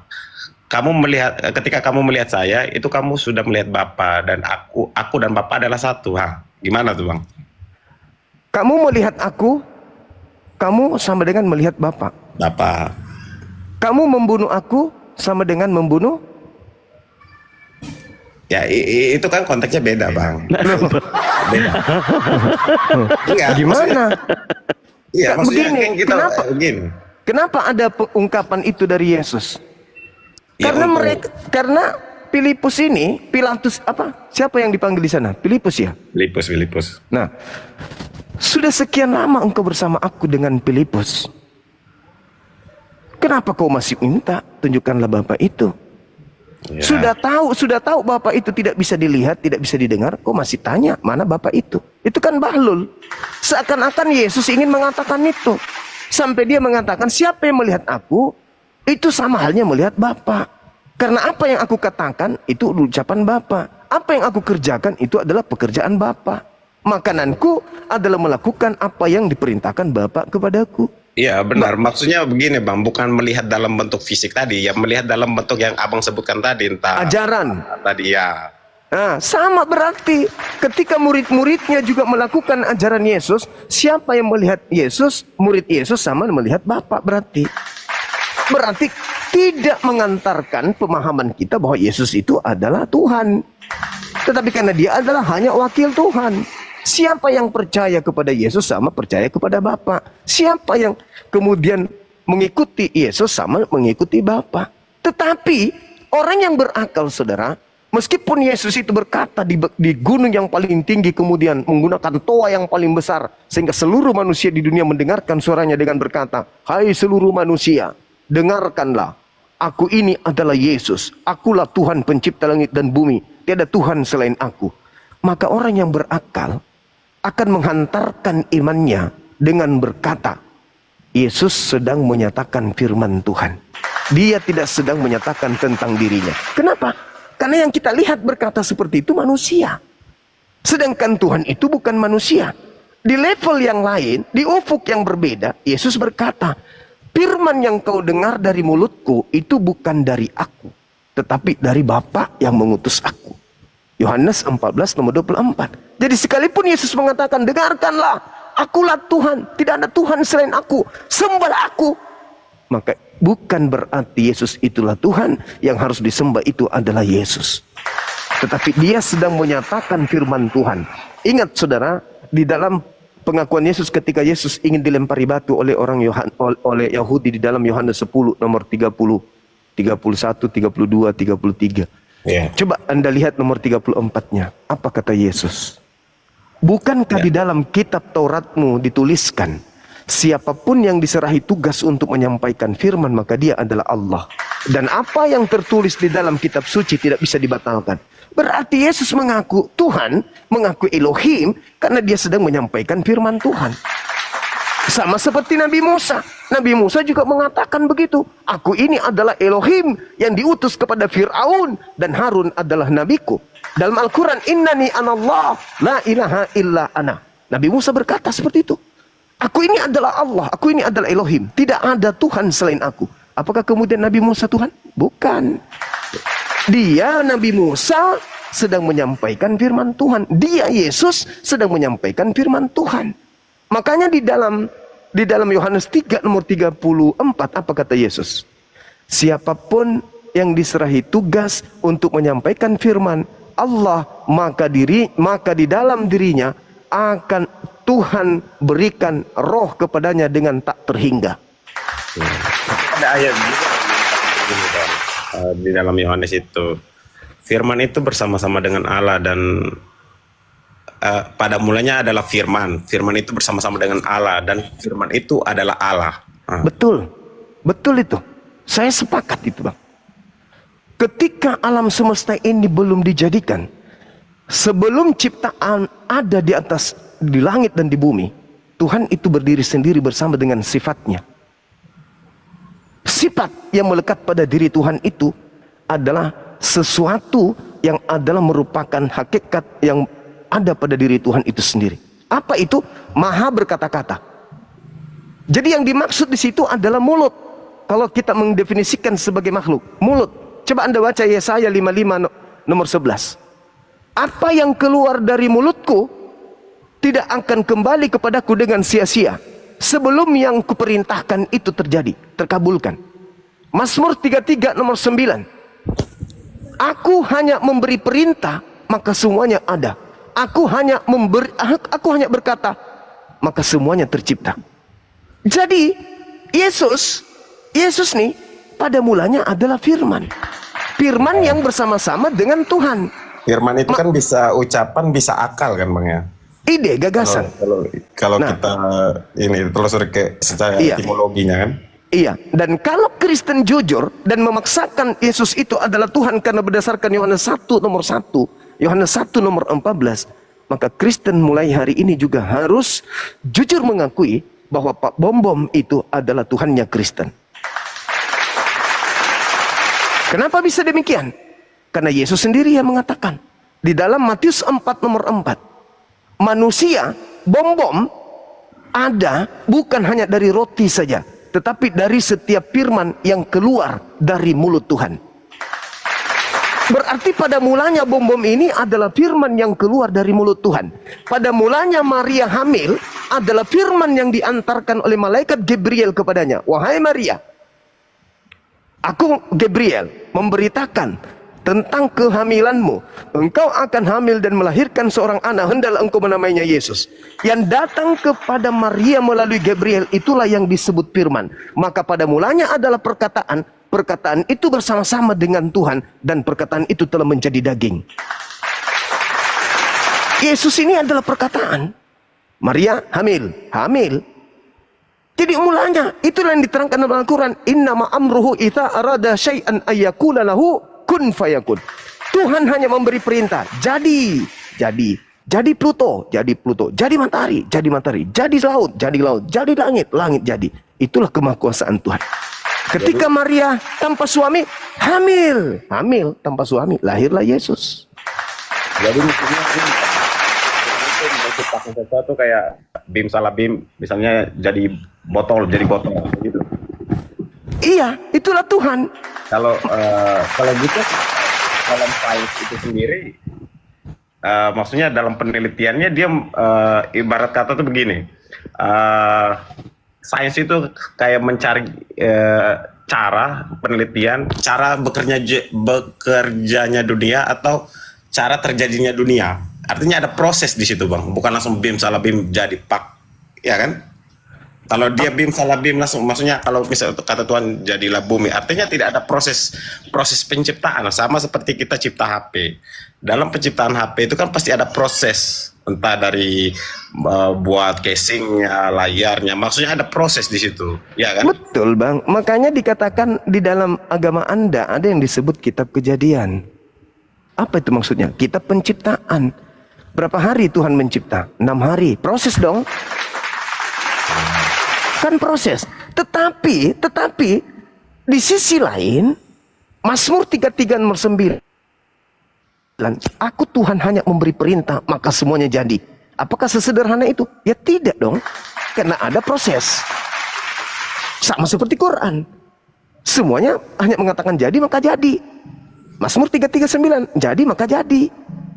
Yesus apakah langsung jadi manusia? Enggak dong. Malaikat datang dulu, negosiasi dengan Maria, sampai Yusuf ingin menceraikannya. Ternyata dia sedang mengandung. Mengandung itu butuh proses, Bang. Nanti 9 bulan baru Yesus dilahirkan.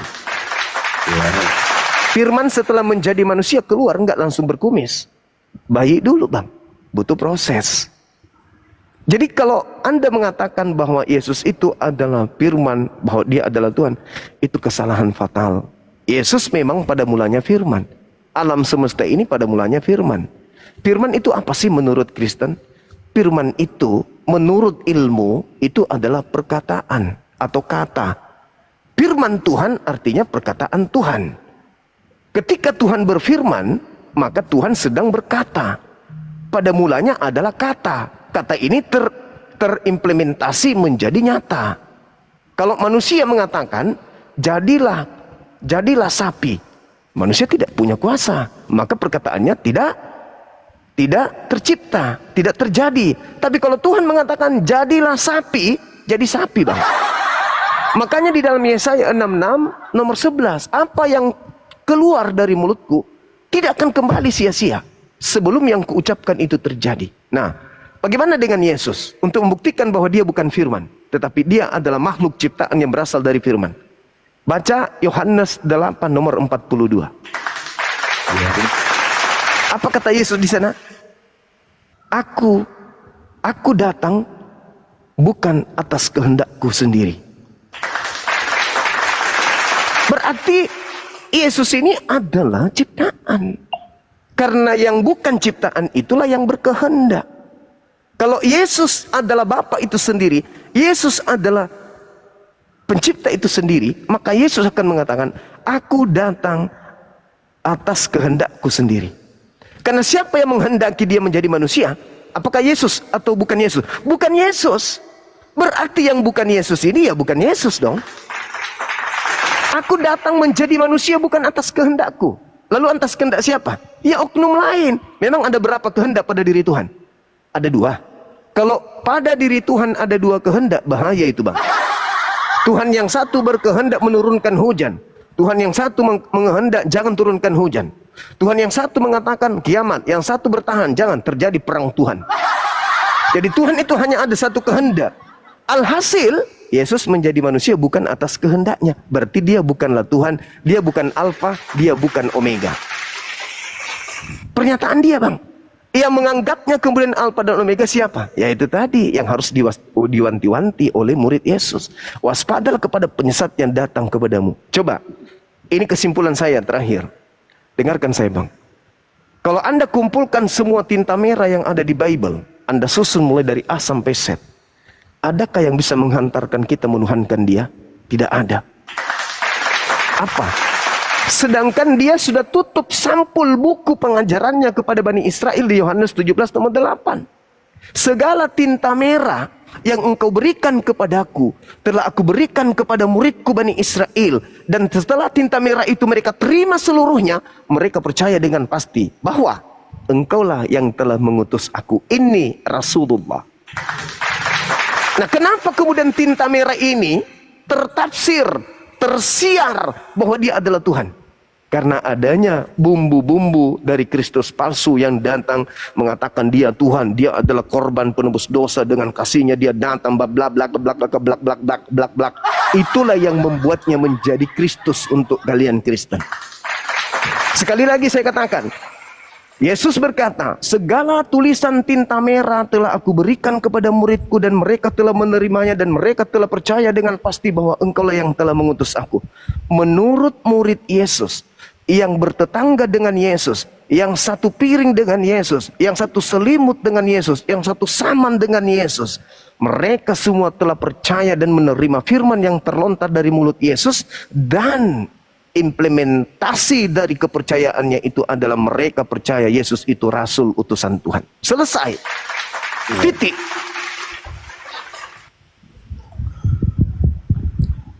Seperti itu saudara. Silakan. Iya bang. Tapi kan dalam pemahaman umat Kristen sendiri kan berbeda. Nah, itu dia. Maksudnya karena mereka percaya akan kemahakuasaan Allah itu sendiri. Karena apa coba bang? Kenapa mereka tentang nubuat tentang Yesus itu kan sudah ada di perjanjian lama bang. Itu coba lihat. Coba lihat bang. Dalam Yesaya misalnya. Coba lihat bang. Itu dari mana? Dari mana magnet ini datang? Yesus itu adalah Tuhan karena di dalam kitab Yesaya. Dari mana datangnya hal itu bang? Nubuat itu kan melalui nabi bang, nabi-nabi sebelum Yesus itu. Oke, saya paham. Tapi sebagai Kristen, dari mana Anda meloncati Yahudi? Misalnya gini. Di sini Kristen, di sini Yahudi, di sini Kristen, di sini Taurat.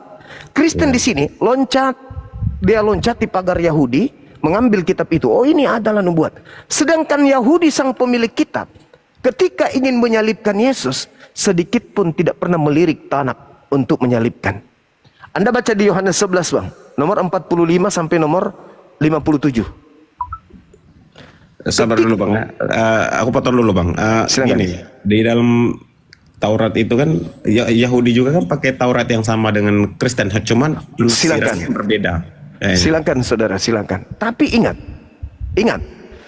orang Yahudi mengerti kitab Tanakh, mengerti bahasa Ibrani. Benar. Nah, coba lihat bang, di dalam Yohanes 11 nomor 45 sampai nomor 57. Di situ ada imam kepala. Tinggi mana ilmu Bibelnya, ilmu kitab Tauratnya?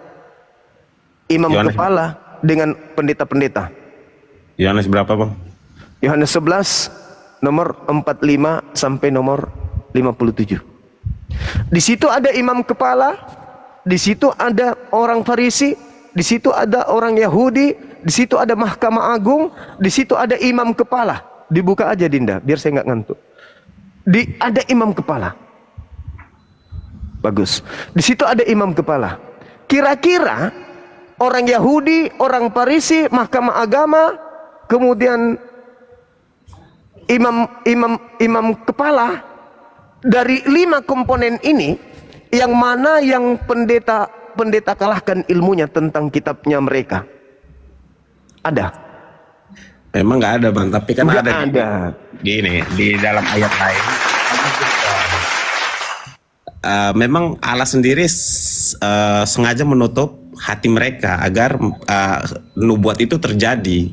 Dan membuka nubuat mata itu terpenuhi seperti itu. Oke, dan Anda ingin mengatakan bahwa yang dibuka hatinya orang Kristen gitu? Bukan orang Kristen, ini kan konteksnya Alkitab, Bang. Maksudnya Taurat, di dalam Taurat kan. Maksudnya baik. Nubuat itu biar terpenuhi, artinya Allah menutup hati orang-orang yang saat itu. Sama seperti gini, Bang. Saat Firaun dan Musa. Itu kan Allah sendiri yang menutup hati Firaun untuk dia melawan Musa kan.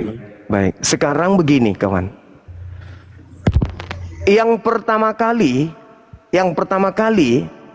punya keinginan untuk melakukan pembunuhan kepada Yesus ini siapa? Yang ingin melakukan pembunuhan. Dosa manusia sih, dosa manusia itu sendiri, Bang. Nah, itu dari Kristen. Itu belakangan muncul, saudara. Itu belakangan, itu tidak masuk kategori itu. Yang pertama kali yang melatar belakangi adanya keinginan membunuh Yesus itu siapa? Maksudnya di dalam konteks Yesus jadi manusia atau sebelum Yesus jadi manusia nih, Bang? Apapun itu. Ya itu udah jadi perjanjian Allah sendiri kan. Tolong tunjukkan di mana tertulis di kitabnya orang Yahudi Tuhan menginginkan membunuh orang yang benar untuk orang yang tidak bersalah. Silakan. Mungkin Bang Rasul bisa tunjukin kayaknya. Enggak ada, Bang. Sampai kemudian kuda bertelur Anda tidak akan pernah temukan. Ayat yang mengatakan ini apa namanya? Yesus akan dinubuatkan. Itu tanggapan Kristen, nggak masuk kategori. Itu di luar garis itu, abangku. Yang kita minta di sini adalah dasar pijakan. Contoh, saya kasih contoh nih. Di dalam Keluaran 23 nomor 7 nomor 8. Dusta jangan kau hambur-hamburkan. Orang yang benar jangan kau bunuh. Orang yang tidak bersalah jangan kau bunuh. Sebab aku Tuhan tidak akan membenarkan orang yang bersalah. Ada nggak dalil yang bisa membantah dalil ini? Supaya Yesus yang adalah orang benar, supaya Yesus adalah orang yang dikasihi, itu bisa dibunuh. Ada nggak dalil yang bisa membantah itu? Membantah dulu. Sabar, Bang. Silakan. Gak apa-apa, Bang. Jelasin dulu, Bang. Nah, sekarang perintahnya, jangan kau membunuh orang yang benar. Yesus orang benar. Jangan kau membunuh orang yang tidak bersalah. Yesus tidak bersalah. Kalau membunuh Yesus, melanggar firman ini. Kalau melanggar firman ini, berarti melanggar firman Tuhan. Kalau melanggar firman Tuhan, berarti dosa.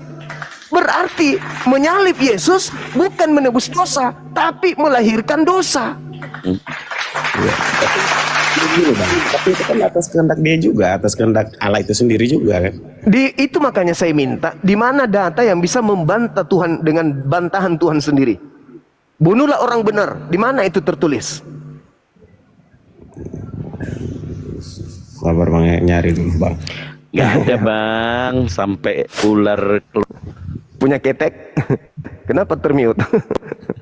Gak ada, Bang. Bahkan di dalam Amsal 6 nomor 16, 6 perkara yang dibenci oleh Tuhan. Bahkan 7 kekejian di dalam diri Tuhan, yaitu salah satunya menumpahkan darah orang yang tidak bersalah. Berarti menombak Yesus sama dengan kebencian, kekejian, satu hal yang dibenci oleh Tuhan. Berarti penyaliban itu hal yang dicinta atau yang dibenci Tuhan? Benci. Dibenci. Iya, tapi Bagaimana kan mungkin? kalau kita lihat di perjanjian lama itu kan mulai dari kejadian misalnya kan Bang, itu kan perjanjian antara mulai dari Abraham, Ishak, Yakub dan keturunan selanjutnya sampai Musa dan lain-lainnya sampai keturunan Raja Daud kan Bang. Yesus kan dari Raja Daud, dari keturunan Daud. Yes, dan Yesus adalah raja untuk keturunan Yakub untuk selama-lamanya.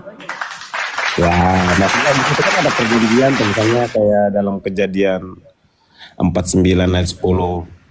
Tongkat. Oh, itu bukan untuk Yesus. Ya, tapi kan Kejadian Yesus kan sendiri 49 dari nomor 11. Yahuda, ya. Tunggu dulu, saudara. Tongkat kerajaan Yehuda tidak akan berpindah dan tumpuk kepemimpinan kerajaannya tidak akan diberikan kepada bangsa lain sebelum, ada kata sebelum, yang berhak atasnya datang, yaitu dia yang mampu menaklukkan hukum-hukum kepada bangsa-bangsa. Yesus lah, jangankan menaklukkan hukum kepada bangsa-bangsa, menaklukkan Israel saja dia nggak bisa. Itu menurut tafsiran Yahudi kan Bang. Faktanya demikian kan? Ya, tapi kan kalau abang menolak fakta itu berarti ajaran Islam pun harusnya menolak tentang Isa itu sendiri kan? Oh bukan. Ya, kan di dalam Al-Quran ada mengatakan begini Bang. Apa itu? Isa itu raja di maksudnya terkemuka di akhirat dan terkemuka di dunia kalau tidak salah. Karena itulah dia bukan Yesus yang terkutuk, karena dia adalah terkemuka. Dan sebelum dalil itu disebutkan, kalimatnya mengatakan dia adalah seorang laki-laki yang suci. Yang tidak mengakui Yesus sebagai Mesias itu kan hanya Yahudi aja, karena tidak terpenuhinya yang abang sebutkan tadi kan. Menurut Kristen juga tidak mengakui Yesus itu Mesias. Mesias itu kan artinya ini kan juru selamat kan Bang. Enggak ada Mesias itu juru selamat, enggak ada. Diurapi Bang, yang diurapi Bang. Yang diurapi. Ya, yang diurapi ini nanti menjadi juru selamat, baru disebut juru selamat. Gitu, saudara. Ya, jadi orang Kristen ini sekali lagi saya katakan, tolong dicamkan ini, dan kalau ada yang keberatan nanti tuntut saya untuk kita kaji lebih jauh. Saya katakan begini, orang Kristen itu tidak percaya kalau anak Maria itu adalah Kristus. Dasarnya sebab menurut Kristen Yesus itu adalah Tuhan itu sendiri. Sedangkan Tuhan pencipta langit dan bumi itu bukan Kristus. Yang Kristus itu adalah manusia yang diurapi. Sekarang kalau saya tanya Anda, apakah Anda menyembah manusia? Tidak, saya tidak berarti menyembah. Anda tidak percaya kepada Kristus anak Maria. Itu bukti Bang. Itu bukti. Saya menyembah Kristus. Allah bukan. Dan Anda tidak menyembah Allah sebagai sang pencipta itu dan Yesus sebagai ininya, maksudnya penyampai firman tadi Bang. Tetapi pada ujung-ujungnya ketika Kristus palsu masuk menggerogoti tubuh Anda akan mendudukkan manusia yang utusan tadi ini sehakikat dengan Tuhan itu sendiri. Betul? Iya dong. Iya dong. Nah, saya gini Bang, kalau dalam itu mungkin ada aliran gini Bang, gini ya. Itu ada aliran dalam Kristen sendiri, ada juga yang mengatakan bahwa Yesus itu adalah Bapa, gitu Bang. Tapi kalau dalam kayak denominasi Lutheran, Katolik dan lain-lain itu kan berbeda Bang. Pemahamannya itu. Kata Yesus Bang, kata Yesus, kalau ada yang sudah keluar dari konteks pengajarannya, bukan buahnya yang dicomot, dibuang, dipetik satu-satu yang tidak bagus, tapi apa? Batangnya yang harus ditebang. Berarti seketika satu di antara ribuan sekte di Kristen itu salah, maka bukan Kristennya yang harus dijauhkan atau dibakar ke neraka. Batangnya. Dari mana Kristen ini awal mula? Katolik. Ya benar. Dari mana Katolik ini berada? Dari Paulus. Berarti ketika Katolik salah, maka semuanya salah. Ketika Paulus salah, maka semuanya salah. Nah, kita cari akarnya. Yesus Paulus ini benar atau tidak? Sebenarnya yang salah itu di penafsiran, enggak sih Bang? Sekarang saya ulang lagi pertanyaan saya. Paulus ini salah atau tidak menurut saudara? Ya, karena dia mengajarinya tidak bertentangan dengan ajaran Yesus itu sendiri. Menurut sejauh ini mungkin menurut saya belum, Bang. Belum bisa dikatakan salah. Oke. Ketika Yesus berkata, aku diutus hanya kepada domba yang sesat dari umat Israel, apakah itu tidak bertentangan dengan pengakuan Paulus, aku diutus untuk non-Israel? Sebenarnya karena ada yang begini, Bang, kata Yesus sebelum dia naik ke surga tuh, baptislah mereka dalam nama Bapa, Anak, dan Roh Kudus, dan beritakanlah Injil itu, maksudnya kebenaran itu kepada dia. Saudara, Yesus tidak pernah membaptis satu manusia pun. Benar, dia tidak pernah membaptis, tapi dia memerintahkan untuk membaptis, Bang. Gimana tuh, Bang? Yang memerintahkan membaptis itu adalah makhluk yang keluar dari kubur, yang mengaku Kristus. Ya. Apakah itu Yesus? Bukan. Itu tadi yang saya katakan kepada saudara. Pernahkah? Ya, Bang, saya minta, maksudnya begini, Bang. Karena pembicara bilang bukan Yesus, dasar itu dalilnya apa, Bang? Maksudnya yang bisa biar saya baca lagi gitu. Oke, baik. Anda baca kemudian di dalam data pengakuannya ketika dia mengatakan tanda-tanda kedatanganku, Matius 24. Lalu Anda baca di dalam Matius 12 nomor 38 sampai nomor 40. Angkatan jahat ini minta satu tanda dan tidak akan diberikan satu tanda apapun. Angkatan jahat loh ya.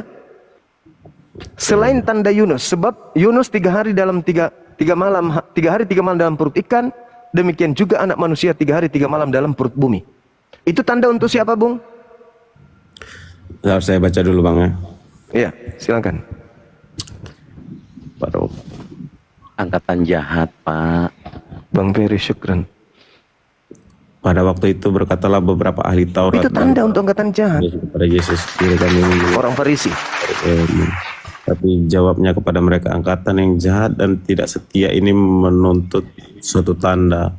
Tetapi kepada mereka tidak akan diberikan tanda selain tanda Nabi Yunus. Ya maksudnya ini tertuju kepada itu kan, ahli-ahli Taurat waktu itu kan, Bang. Iya. Angkatan waktu Paulus itu. termasuk nggak Paulus? Tapi kan Paulus itu kan generasi selanjutnya, Bang. Generasi selanjutnya. Siapa bilang? Siapa bilang generasi selanjutnya? Ah, Anda salah ini. Bukan ya? Bukan, itu seangkatan dengan Yesus. Paulus dan Yesus itu seangkatan, cuman beda 2 tahun itu usianya. Makanya Anda baca data nomor 30, nomor 43 sampai nomor 45 Anda baca. Bukannya Paulus itu hidup setelah beberapa tahun, 300 tahun. Tidak, saudara, tidak. Ya maksudnya Paulus itu kan bukan murid Yesus, Bang. Nah, tapi dia saudaraku. Kayak gini, Bang, begini, Bang ya. Gimana? Saya pernah baca juga terkait penulisan-penulisan dalam hadis. Maksudnya itu ada generasinya kan. Ada sahabat Nabi, ada generasi tabiin, ada generasi tabiut, ada lagi generasi tabiin. Iya. Ya kan, maksudnya iya, anggap saja iya. Generasinya. Iya. Ya maksudnya Paulus sendiri kan bukan hidup di zaman Yesus, tapi dia hidup di zaman Yesus. Paulus itu.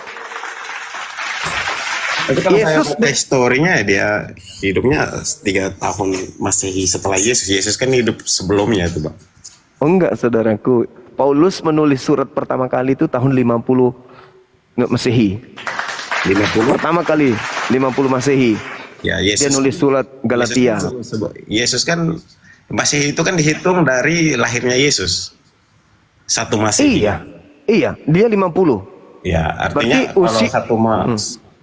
Yesus aja hidup sebelum Masehi lah hitungnya kan ya. Yesus hidup sampai tahun 33. Ya, 33. Dia hidupnya 50-an. Itu jaraknya lumayan loh, Bang. Paulus menulis surat di tahun 50 mulai menulis surat. Ya. Nah, sekarang pertanyaannya nih. Menurut tradisi gereja, ketika bangkit dari kubur, oknum tersebut masih mutar-mutar 40 hari kan? Kurang lebih mungkin Bang. Nah, bukan kurang lebih 40 hari dia. Ya. Nah, setelah 40 hari berarti ada masa puluhan tahun kehilangan Yesus.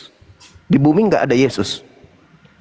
Tiba-tiba saja di tahun 50 Paulus menuju ke Damsyik, datang padanya oknum mengaku Kristus. Itu siapa? Baca di dalam Kisah Para Rasul 9 nomor 3. Habis itu Anda baca Markus 16 kan.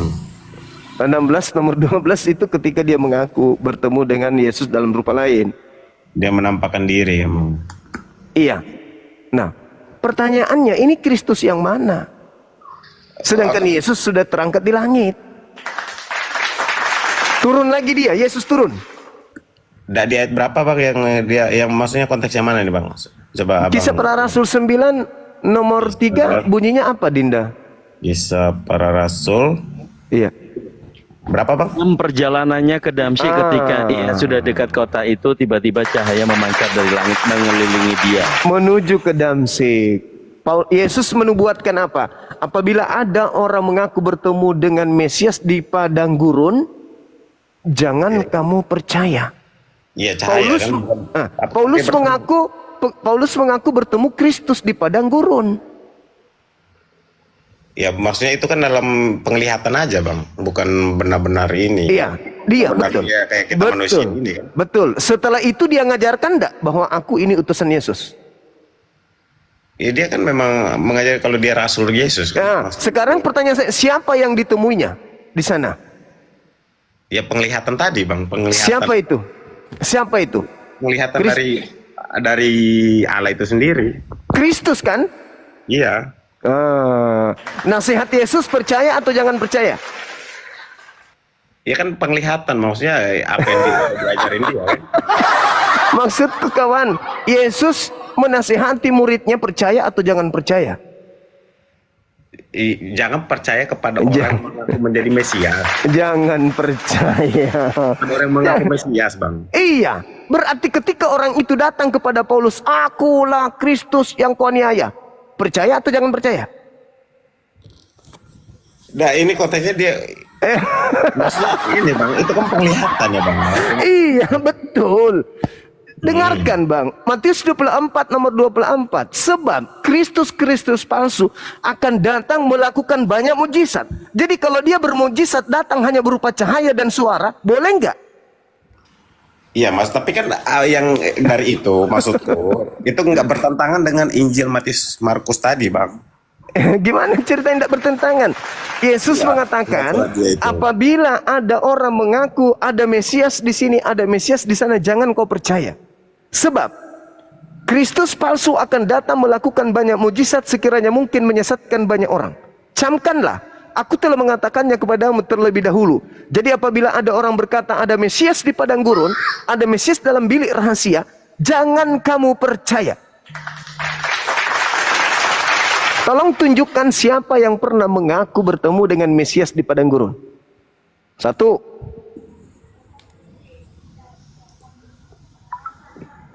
Yesus.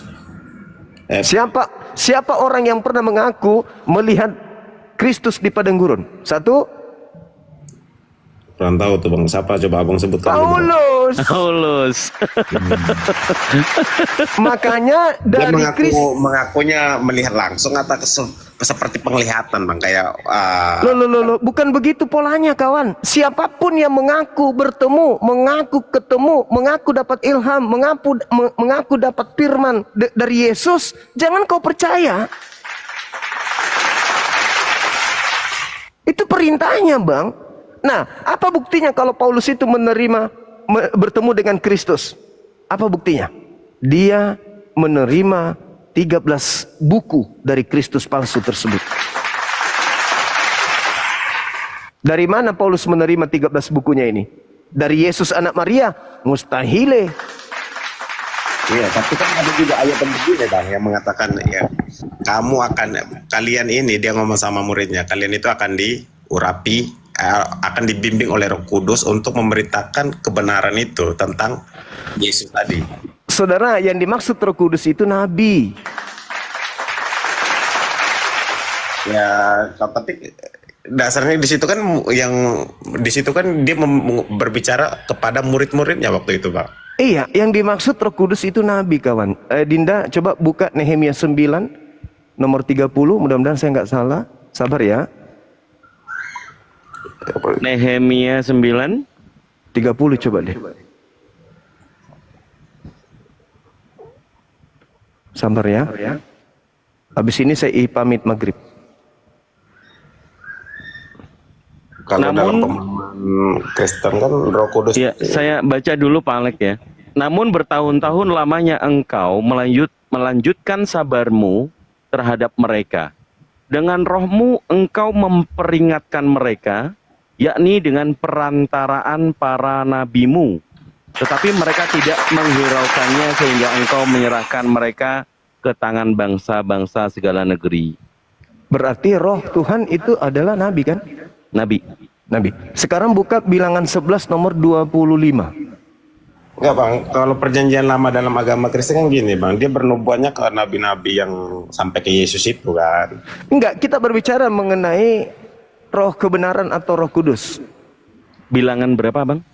Coba di 11 nomor 25 deh. Mudah-mudahan saya tidak keliru. Lalu turunlah Tuhan dalam awan dan berbicara kepada Musa. Kemudian diambilnya sebagian dari roh yang hinggap padanya dan ditaruhnya atas ke-70 tua-tua itu. Ketika roh itu hinggap pada mereka, kepenuhanlah mereka seperti nabi. Allahu Akbar. Jadi ketika Tuhan memberikan rohnya kepada manusia, maka manusia itu jadi nabi. Makanya di dalam 1 Yohanes 4 nomor 1, coba Dinda baca, terakhir. 1 Yohanes 4 nomor 1.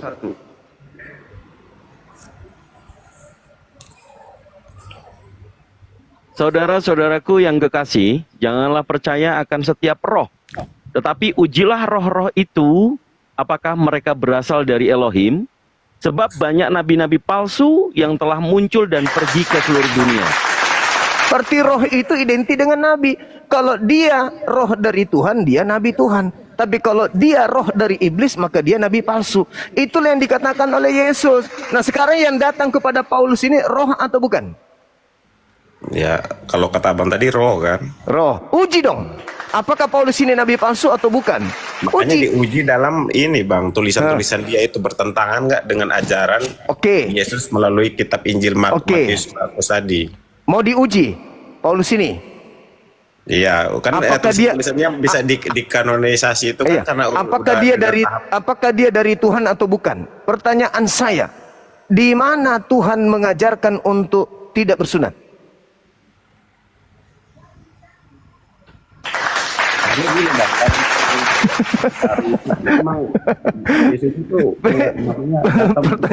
Pertanyaan saya, kalau kita lihat dalam Kejadian 17:14, bunuhlah orang yang tidak bersunat, sebab dia telah membatalkan hukum perjanjian kekalku. Sekarang Paulus mengatakan Galatia 5 nomor 1. Ya. Kristus telah memerdekakan kita dari aturan-aturan dan membebaskan kita dari kuk penghambaan. Barang siapa yang menyunatkan kulupnya, maka Yesus Kristus tidak berguna baginya. Pertanyaan saya, dari mana Paulus mendapatkan firman seperti ini? Ya dari Yesus tadi lah, Bang. Ujilah setiap roh. Ujilah setiap roh. Ujilah setiap roh. Sebab banyak nabi-nabi palsu yang datang yang tidak berkata sesuai dengan firman Tuhan. Nah, saya kira itu sementara. Saya izin seperti biasa maghrib dulu. Dinda Dito silakan berselancar adikku. Sorry ya saudara Alexander, terima kasih Anda sudah berdiskusi dengan baik. Saya ibadah sejenak 10-15 menit. Terima kasih netizen, jangan kemana-mana. Kita masih bersama dengan teman-teman kita di sini. Siap Pak Bangda. Jadi Pak Alexander, konklusinya Pak Alexander kan ini kalau dipikir diskusinya bukan mengarah ke critical text, tapi bagaimana pemahaman orang di luar Kristen ya. Ini lebih mengetahui isi dalam Bible tanpa doktrin. Itu poinnya. Setuju Pak Alexander? Ya. Nah, tanpa doktrin ya, judulnya adalah tanpa doktrin. Nah, doktrin ini dibuat oleh pastinya manusia. Yang pertama memprakarsai adalah Tertullianus. Nah, ini secara fakta sejarah. Jadi mengkonsep teologis itu dalam bahasanya tres personae uno substantia disparate. Nah, ini kan manusia. Nah, sepanjang tadi Anda bertanya, dijawab, dijelaskan oleh Bang Zuma secara bukan doktrinal, lebih make sense mana? Apakah yang diajarkan Paulus, atau bisa dikatakan kutipannya adalah nabi palsu itu yang harus diuji, ternyata memang tidak lolos Paulusnya? Menurut saya Bang ya, kesimpulannya untuk sekarang ini, karena berbicaranya Allah itu maha kuasa, sebenarnya dua-dua masuk akal aja. Karena dalam ranah ini, ranah bukan sains, ranah kemahakuasaan, gitu. Ya, kalau konsep teologis kemahakuasaan, Bang, ranah teologis kemahakuasaan itu Filipi 2 nomor 6 tadi ya yang dibahas ya. Elohim itu mengosongkan dirinya menjadi sama seperti manusia. Elohim ini yang menjadi manusia. Itu mau nggak mau harus disepakati karena Paulus mengutip tentang hal itu. Bukan firman yang menjadi manusia, tetapi Elohimnya yang menjadi manusia. Pemahaman Anda teologisnya mengarah kepada satu, semuanya adalah Jesus only. Tetapi balik lagi, enggak Bang, enggak Yesus only, karena ada di ayat tadi Yohanes tadi Bang, bahwa firman itu pada mulanya adalah firman itu bersama-sama dengan Allah, dan firman itu adalah Allah. Nah, gitu. Oke, baik. Anda mengutip ketritunggalan Anda melalui Yohanes 1 nomor 1. Kebetulan saya analitik tentang teologis. Saya belajar teologis dari bukan orang di luar Kristen, tapi dari Romo. Nah, menurut doktrinal Anda meyakini bahwa Yohanes 1 nomor 1 apakah relevan atau komprehensif dengan Filipi 2 nomor 6, nomor 7, nomor 8? Silakan Anda baca. Di situ ya, Filipi pasal 2 nomor 6, nomor 7, nomor 8. Itu gambarnya bukan firman yang jadi manusia, tetapi Elohim yang menjadi manusia. Silakan. Filipi 2 ya. Ya, sekali-kali kita masuk ranah teologis ya teman-teman ya. Oke Bang. Ya. Jadi lebih menguatkan kepada pengajaran Paulus itu tidak mengajarkan Tritunggal, tetapi memang ada yang sekarang dikutip oleh teman-teman merasa Kristen tapi non denom, tapi biblika. Nah, itu poinnya. Silakan. Wah, ini Kang Dito mewakili saya. Itu dosen Oten, itu Bang Fandi minta dinaikkan itu. Ini telepon ini. Oh, kenapa dia nggak telepon saya? Nah, itu makanya. Mana? Oke. Ya, dibaca Pak ya. Nggak ada akunnya, nggak ada. Silakan. Permintaan ya, aku nggak ngelihat itunya, terlalu jauh. Pan, naik Pan, supaya bisa live nanti kita malam. Ya, silakan Pak dibaca Pak, mungkin disuarakan biar teman-teman semuanya 4.6K ini mendengarkan. Ya, silakan. Filipi 2 ayat 6 sampai 8 ya. Yang walaupun dalam rupa Allah tidak menganggap kesetaraan dengan Allah itu sebagai milik yang harus dipertahankan, melainkan telah mengosongkan dirinya sendiri dan mengambil rupa seorang hamba dan menjadi sama dengan manusia, dan dalam keadaan sebagai manusia ia telah merendahkan dirinya dan taat sampai mati, bahkan sampai mati di kayu salib. Siapa Bang? Dirinya itu merujuk ke siapa? Elohim. Ya, Elohim, tubuh kan? Yesus Bang. Jangan bilang tubuh Yesus. Pertanyaan saya, Anda baca di nomor 7 itu mengosongkan dirinya, nya itu Elohim